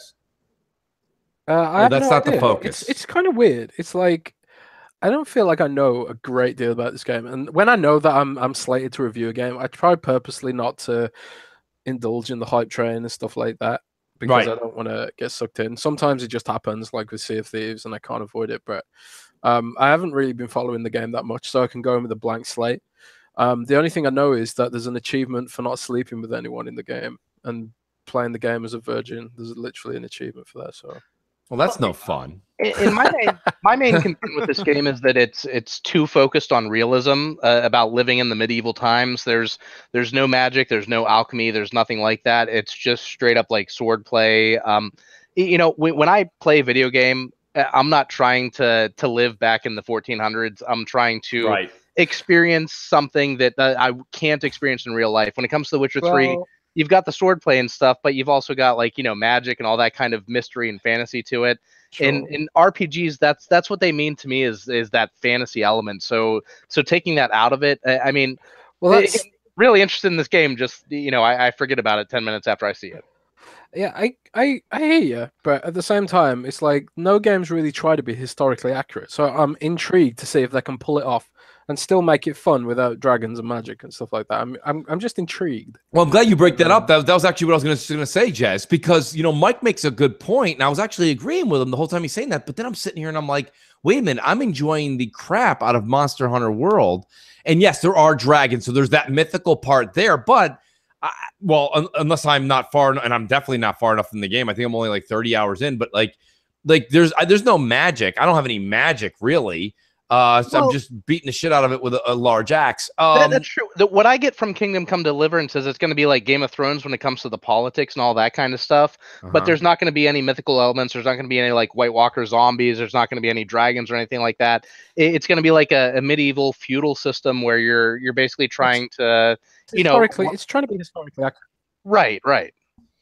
Wait, what did Jez say? Jez, you cut out. I couldn't hear you. It's trying to be what? It's lagging. It's trying to be historically accurate to the point where this could have happened back in the day. So like they went to places in Germany and Hungary and like they surveyed the land and they built the buildings based on archaeological information and stuff like that. So I'm intrigued from just an art perspective, really, how it's gonna go down. But I agree. Maybe it won't be fun. Maybe history isn't fun. I don't know. Well, I'll tell you something. You've made it a hell of a lot more. I'm more interested now than I was 10 minutes ago. But I mean, at the same time, I can tell you it's not a day one unless anyone's feeling like sharing a gift. And in case you do that, no, we're not going to do a mooching segment. No, there's no need for that. But, you know, the point of the matter is that I think that it's got legs. I actually like the fact that somebody said, I think it was Mike just now, said it's, you know, Game of Thrones, you know, sans the White Walkers. And that's not necessarily a bad pitch, Mike. I think what you're talking about, what you like is you like that era with the magic and the mage and this and that. And that's like a Dragon Age. Right, like a Dragon Age or a Witcher type game where you've got that fantasy element. They're removing the fantasy element from the classical RPG, and that's what I've seen so far from Kingdom Come Deliverance. And that's the same thing here. I mean, I don't know. Well, Alan, what about you? Is that your take? I know you're really into like realistic, right? I mean, Forza's your thing. You like the motorsport because it's a simulator. Does this intrigue you, or is this era and time doesn't interest you at all? You know, Mooch, like you, 10 minutes ago, I knew nothing about this game. I had zero interest in all. But after hearing Jez talk about it, I'm like, oh, okay, this sounds really interesting. I might have a look at this. We're actually interviewing the devs on Monday on our Mixer channel. So if you want to drop by and learn some more about the game, that'd be cool. I think that's a great idea. Actually, I feel the same way you do, Alan. I mean, I'm a big fan of the history. I like history in regards to any country's history. It's a game for history buffs. You know, it's like they have gone out of their way. They haven't just made it up. They haven't just watched a bunch of TV shows and decided this is what history looked like. They went to the museums. They looked at the artifacts. They've got realistic weapons and all that stuff. There's no like massive two-handed great swords like Cloud from Final Fantasy VII. It's all realistic, and maybe it won't translate into a fun game. Maybe it won't. Maybe history is lame. I don't know, but I want to see if they can pull it off. I think that for me, it all comes down to what's the gameplay going to be like, because I'm all for the more realistic tone when it comes to an RPG. Mm-hmm. But, I've seen the gameplay, and it looks really cool. The sword play looks good. Somebody made some reference to For Honor when it comes to the sword play and all that kind of stuff. Yeah. If it plays as good as For Honor does, and it comes down to the consequences and the choices that you make, kind of in a way that a Fable-type game does, where those choices have an impact on the end game, then I'll be really interested in this. And honestly, I mean, I can't kid myself here.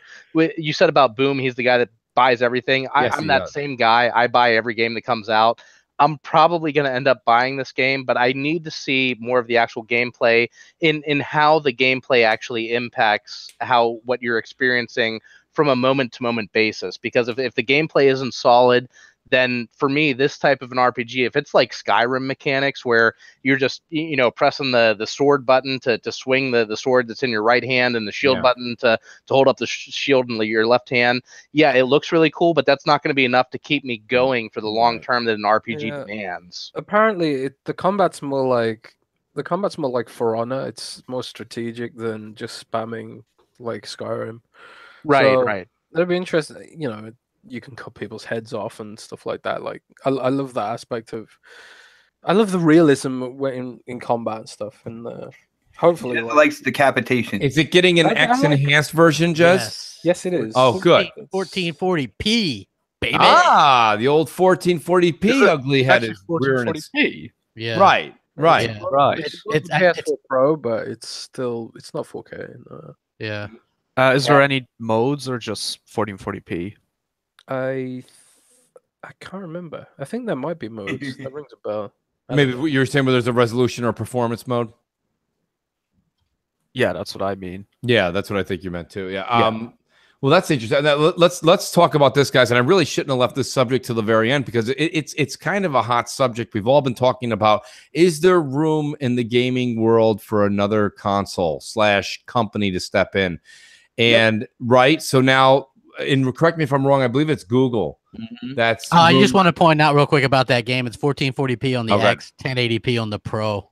Oh, okay. So there is an improvement on the. Well, there should be. Okay, even if it is only 1440p. Top quality global illumination, more and better shadows, better lighting, LOD. Oh, nice. Okay, interesting. What's it going to be on the Xbox One X and the regular PS4? They're both the regular Xbox One and the PlayStation 4 are 900p. All right. Okay. Not bad. Of course, nobody talks about 900p anymore.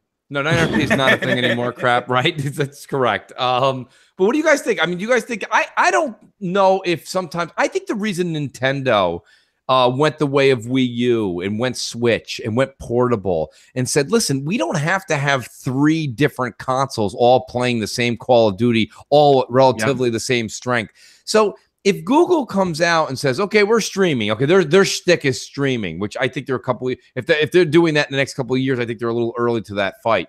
But if they come out and do that, this is just a third company that's going to try to divvy up. Now, instead of the third-party games going 50-50 or 60-40, now we're just going to go 33-33-33. Like, I don't really think that this is – I can't see Google, because I think Microsoft came out a long time ago, and a lot of reports came out, and I know Craps reported on it. I know Jez has talked about it. I know Alan talked about it. And you guys have all said that, you know, gaming initially for any big company is a major loss.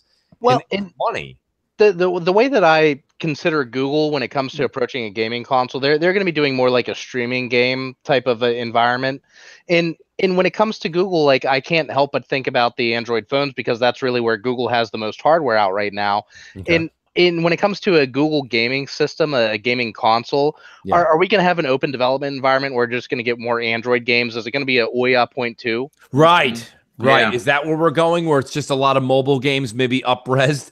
Yeah, I mean, that's what, and I looked at that controller that leaked. Here we go again. Somebody get Google a memo from Mooch to Google.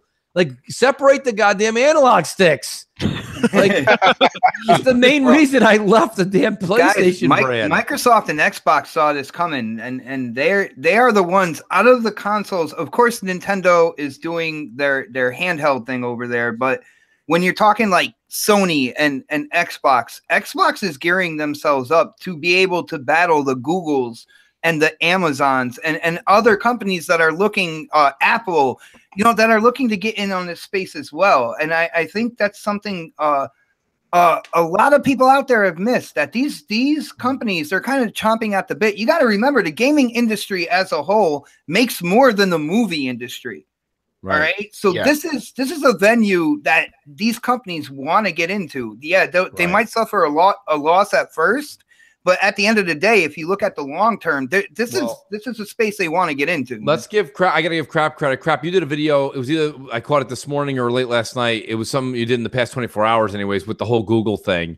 And when you did it, you basically said that you thought Microsoft was taking this whole approach of the future and doing it right with the way Game Pass is a download the game and have it on your system. Yeah, I think they're obviously going to do a streaming thing too, which has no bearing on us. Right. You know what I mean? Like, that's more like phone stuff or whatever. But yeah, like when you look at it, I think Game Pass is such a step up from streaming on. Absolutely. You know, just it just is, especially as hardcore gamers. I could never imagine a point where a command has to go through something and then all through the bot through like wires, and you know what I mean. And then it does it. You know, that's always going to have a problem for people. And then imagine that you try to play a multiplayer game that's also streaming, you're going to find that that's next to impossible. So I think that, like, they're going to have streaming as an option. Like, here's the funny thing, right? Streaming games is huge in a place like China, where it's been available. Think about it, for so long here, and nobody likes it. Nobody uses it. Right. And I can't blame them. You know what I mean? I've tried it, and it's not good. The input lag, even on single player games, is not good. Right. And just for me personally, that's never going to be an option. Yeah, I'm with you, if Crap. That's the only time that's the only option, then that's probably when I rely on like this big back catalog of thousands of games and consoles that I have stockpiled. So, you know. Well, no, I agree with you. And I think, you know, Mike in the chat, Magic Mike, who's also on the panel, he's saying that, you know, Biggie's saying, you know, we don't know. And this is true, Mike. We don't know enough about it. So it's not really to be critical on the eventual console. We're only going on the rumor. But I mean, to be honest with you, streaming alone, again, it's something that, like, when people keep going, you know, Nintendo was dumb not to do this. Nintendo should have made a powerful console. And I said, well, wait a minute. There's all of us, okay? A majority of people that went out and got Switch. And the reason we got Switch is because I don't need a third console that does, like, for example, I am amped. I am very amped to play Far Cry 5, right? But like, let's say Switch was just as powerful as the Pro and the X in that same world. Where do you buy Far Cry 5 on? Which one? You start flipping? You can't even flip a coin. Now, I mean, when it comes to the Switch, like when it comes to a game like Far Cry 5 or a traditional console game, we're not going to want to play that mobile. The hardcore gamer is going to want to stay with what traditionally we have. Right. With Google, I was just saying we don't know enough about their system to know if it's going to be a streaming-only console. But if it is going to be a streaming-only console, like I don't need a home console hooked up to my TV to play Candy Crush. I mean, let's just make this straight. I don't play Candy Crush at all on my phone as it is. Right. But when it comes to Google apps whatsoever, like any games I play he just mobile. stopped 2 months ago playing Candy Crush, by the way. That's right. That's right. It was actually 6 weeks ago, not a full 2 months. 12 steps, man. 12 Yeah, I steps. saw when Magic Mike was on next. That was his game footage he submitted. Yeah. Yes, that was interesting. As far as the Google console, they need to come out with more information. Is it going to be like what we've said with Game Pass, where you download the game, you play it locally, where you're getting that better gaming experience from what we experience on a traditional console? With the Switch, you play the game locally on your console. It's not a streaming service, and it has that mobility to it, which gives it an advantage. But really, with the Switch, anybody that's bought the Switch at this point in time, it's been for the IPs. It's not been for the graphics. It's not for any of the other stuff that the PS4 Pro, the Xbox One X, the Xbox One S, or the PS4 Vanilla are offering. So I think it all comes down to what does the stakeholder of this platform offer. And Nintendo has a plethora of amazing IPs that bring gamers into that system. What does Google have right now? What are they going to bring to the table? If they're going to bring to the table what they have right now, then I'm sorry, it's a pass for me. Right, and that's my point. I don't need a third option to buy Call of Duty and Doom 2. So, like, I just don't need that right now. And I think if they came in, they would be just a distant third. There's no way they now if they're just streaming Android games, they're also that's a no from me, dog. That's not going to happen. Think of one thing. Gotta think of one thing, guys. The name Google. When you're talking about casual gamers, right? That will possibly pick up a Call of Duty or whatever. You already got a name out there that is known by quote unquote casual people. So that's something to look at, like, with moving forward, man. Yeah, I mean, I think I think Mike actually kind of put it best when he said we just need to know more about it. So we do. Yeah. But realistically, the way things are coming, we know they're not going to just come out with the Google Box 10 and it's going to compete with PS4 Pro and Xbox One X. It's not. I don't see them doing that because all they're going to do at best is they'll know the numbers they're going to make. They're going to be like, okay, Microsoft and Sony are making X. We're going to take a third. And that's not necessarily why you'd want to get into that space, because they're not going to offer more than where these guys are going right now, because they're leap years behind. Okay, so they're going to do something like, I think Crap was saying, it's going to be a streaming of the Android games, or someone was saying they should go after Nintendo. They can't. They don't have nearly the IPs or the studios to kind of get that going. Not just that, they hired Phil Harrison, folks. Okay, to me personally, when people are like, "Oh my God, Phil Harrison's there," that's like finding out the Patriots go from Belichick to the guy who's coaching the Cleveland Browns. Speaking of Patriots, was there any better picture than sad Tom Brady? I think not. I absolutely think not. Hey, it's so funny that how fast that greatest of all time stuff died down when you lose 3 championships, huh? And he probably should have been 5 lost championships. I got 2 words for everybody: Eli Manning. Thank you, folks. And with that, enjoy yours. Thank you. But sports where they put Eli up on the big screen. Careful. I want to warn everybody: talking sports on a gaming podcast is a repellent. People just disappear. It's like all of a sudden they see dead people. But Avers, and Avers, I haven't got a chance to tap you on the shoulder here. What's your take on the whole? Because I'm sure you and Moxie, especially when it comes to big business, kind of trying to peek another nose is trying to peek into this money pit. What's your take on Google? I mean, just rumor based. I understand we don't have facts. No, Google and Amazon have been trying to get their foot in the door on games. And Apple, really, right? Yeah, I think games at the last 3 events. Yeah, I would say Apple and Amazon have a much better shot at being successful than Google. And let me try to explain why here. Google hasn't really been doing a lot of things to garner goodwill from people and from gamers lately. Look what they're doing with YouTube and pissing off a lot of people on YouTube. They also, a lot of information came out about how much spying they do, and they record your conversations on all their devices and send all that to the NSA essentially. So they're not really the one that I think a lot of people would champion.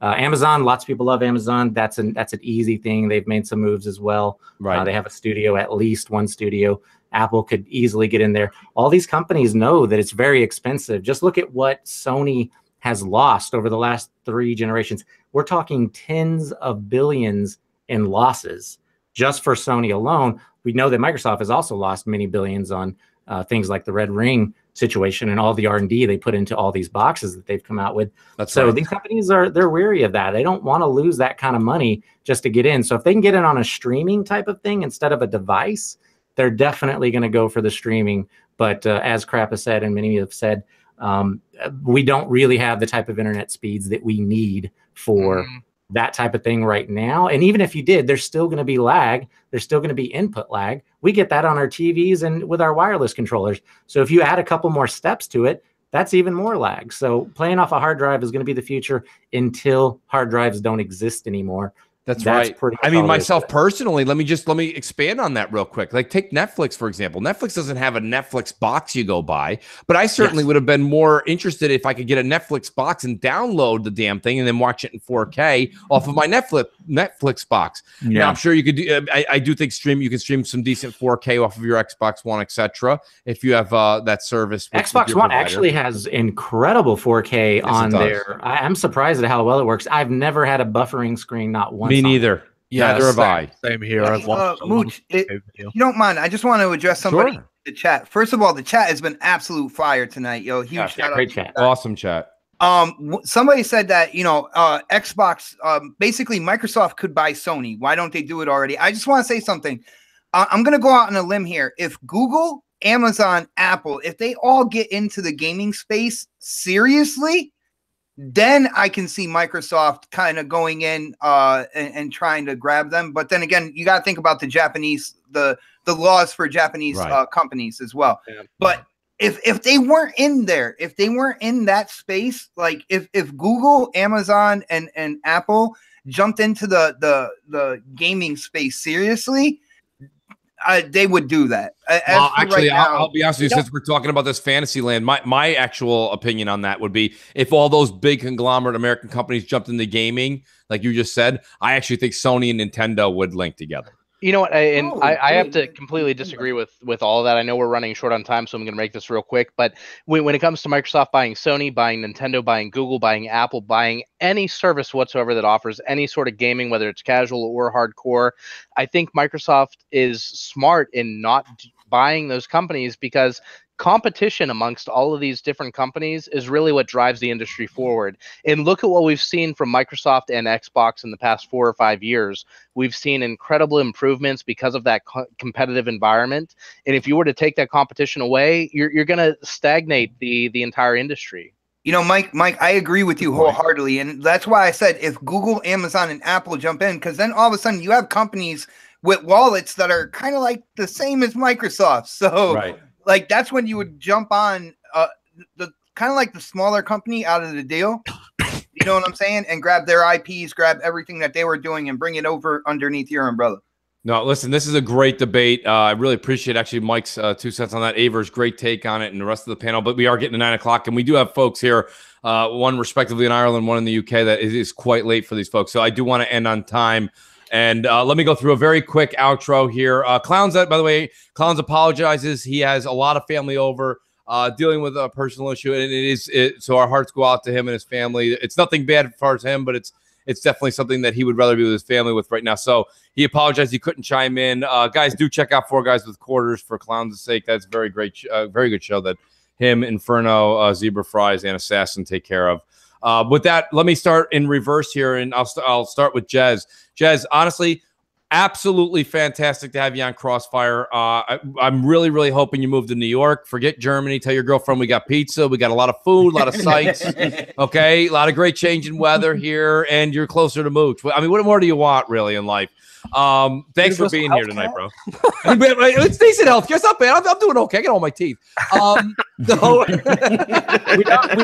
We don't have universal dental care. Right? That's so funny. Jez, thanks for being here, man. Honestly, good friend of the show, good friend to me, and I just can't say that enough. Let people know where they can find you, and you've got so much going on. I don't even know if you could plug it all in about a half an hour. Yeah, so you can find me on Twitter at JezCorden, JZCORDEN. Just come and say hi. We'll talk games, and that's that. Next week, huge amount of Sea of Thieves content going out, and then I'm going to take a day off because I'm wiped out. But Sea of Thieves is going to be a big deal. If you enjoyed the beta, you're going to love the full game. If you're on the fence about the beta, I think this will tip you over. And they didn't even tell us everything, so I'm incredibly excited for this game. I can't say it enough. It's my perfect kind of game. I didn't get a chance to reiterate it, but the fact that you said that the media was not even shown to everything, that just shows me that I'm truly impressed with what Rare is doing and how they're handling their game. Good for them. A lot of stuff is leaking out from the data mining and stuff, even possibly an open beta. So some of the stuff that is data leaked hasn't. Basically, not everything is leaked. Put it that way. Yeah. I'm sure. But the stuff that has just makes it sound all the better when people are like, "Oh, it needs this, this." You notice, oh, that's already looks like it's going to be in there. So I'm excited for it. And I hope this is my most anticipated game for sure. So I know people, and I've been saying that for a long time. It's not like crap gamers on the bandwagon. You can go back and check a long time. No, you've been saying it longer than anyone I know. Yeah, you're right, man. I when I played it before, I just wasn't sure about it. I was like, I didn't have the full faith in it until this week. That was refreshing. That tweet that you said that. I'm like, I knew you were sitting there playing it, and I'm like, well, he's doing something. Well, here's the thing: the first time I played that game, which I think you're allowed to talk about it a little bit now, like the alpha or whatever. I was playing with people I didn't know, which forced me to use game chat, which forced me to make new friends, because you have to work together. And I was like, that's interesting. Right. When I knew that it would be a hit was when I'm playing with Hellhammer and he's telling me which direction to go and I'm steering the boat. And it's just like this big funny thing for like an hour, right? Trying to get to this place where he's, because he's reading off where it is on the compass and the map down below. And I'm up there trying to, and then we got pirates attacking us. And I got two other people trying to play back. It's like, it's crazy. And just that game itself is a time killer. Absolutely. It's going to be huge, and I'm excited as hell about it. No, I'm glad you chimed in about that. Jez, go ahead. I was just going to say, like, you described Sea of Thieves so perfectly, like the way that it creates those memories and stuff, and every game mechanic that they showed me revolves around that ethos of creating these ridiculous, hilarious, cooperative situations. Like, I just can't. I can't because NDA, but my God, some of the stuff that's coming is so funny. It's just so funny. Someone like Mooch who would like to get as much information on Jez as possible. I got to say, I respect Craig Duncan and his work so much at Rare. I love how they didn't just throw the game at us and said, here's the game in beta. We're just doing a server test. No, they actually gave us very small. They're just giving us what they want, and I like that. That's the way things used to be back in the old days, where they're taking some of the. Sorry guys, but with Sea of Thieves, the generation of options doesn't start till March 20th. Okay, you're going to deal with what they want you to play, and you know what? Kudos to them. Good for them for doing that. It keeps the hype and anticipation at an all-time high for people that still want to play the game. You guys remember when Destiny 1 first came out? They threw the bait out there, and Titanfall, they threw the bait out there. It was the game. It was the whole game. Yeah. And I didn't care for that. Sorry. I was bored by the time the game came out. It wasn't a beta, it was a demo pretty much. It was like a demo, right? But they called it a beta. But you're right, Mike. Absolutely. And Jez didn't mention it because Jez has a couple other things, but he does a streaming with is it Ryobi? I always call him Ryobi, but it's Robbie. Roby. You guys do that what do you Monday, Wednesdays, Fridays? You guys do that like we do it every day. Is it every day? Okay. On 5 a.m. PST, so a lot of people won't be able to tune in, but it's mixer.com/Windows Central. We stream all the things. We're going to stream Kingdom Come Deliverance on Monday, talk to the devs. And do you think are the devs bringing any hashtag mooching codes? Maybe. I don't know. Who knows, right? I'm pretty sure we'll turn into a Sea of Thieves channel come March. Roby will be like, hey, Jess, how many people do we have? I'm not sure, but Mooch is in the front row again. Oh, shit. All right. All right. Well, we'll keep an eye on him. No, Jess, thanks again. We'll have you on shortly, hopefully in the next few weeks when we can talk a little bit more Sea of Thieves and if it works with your schedule. Alan Walsh, my buddy from fullthrottle.com. Alan, thank you so much for being here yourself. I know it's late over in your neck of the woods as well, but where can people follow you? You can follow me at BeetleComet on pretty much all the social media channels, Xbox Live, Twitter, Instagram, YouTube, Mixer, and so on. And you can find all my article content on fullthrottlemedia.co.uk, including my personal Sea of Thieves preview, which has like stories, my own stories, and stories from the community.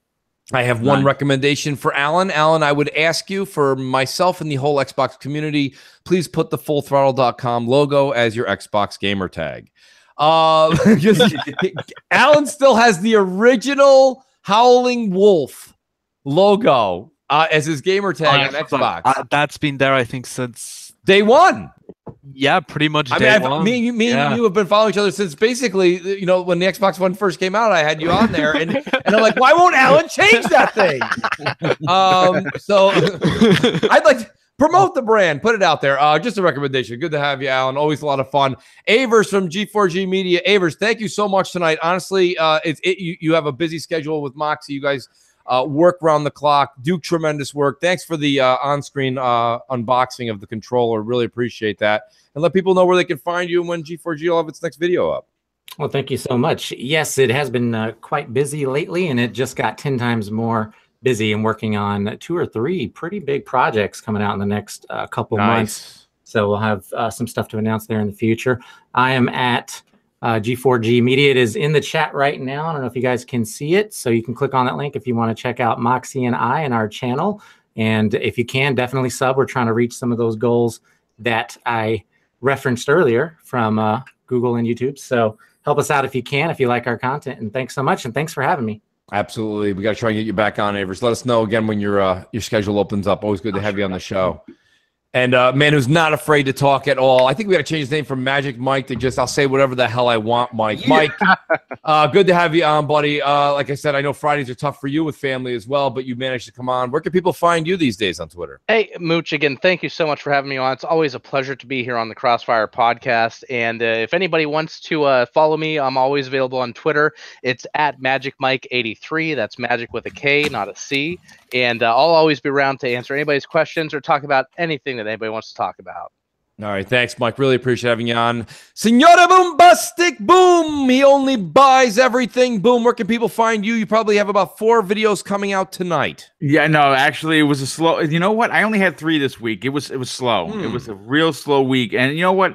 It was nice for a change because it literally from January 1st until this week, it's been on fire. But yeah, of course, it's amazing to be here. I'm glad I'm part of the panel on a regular basis. I look forward to every Friday night.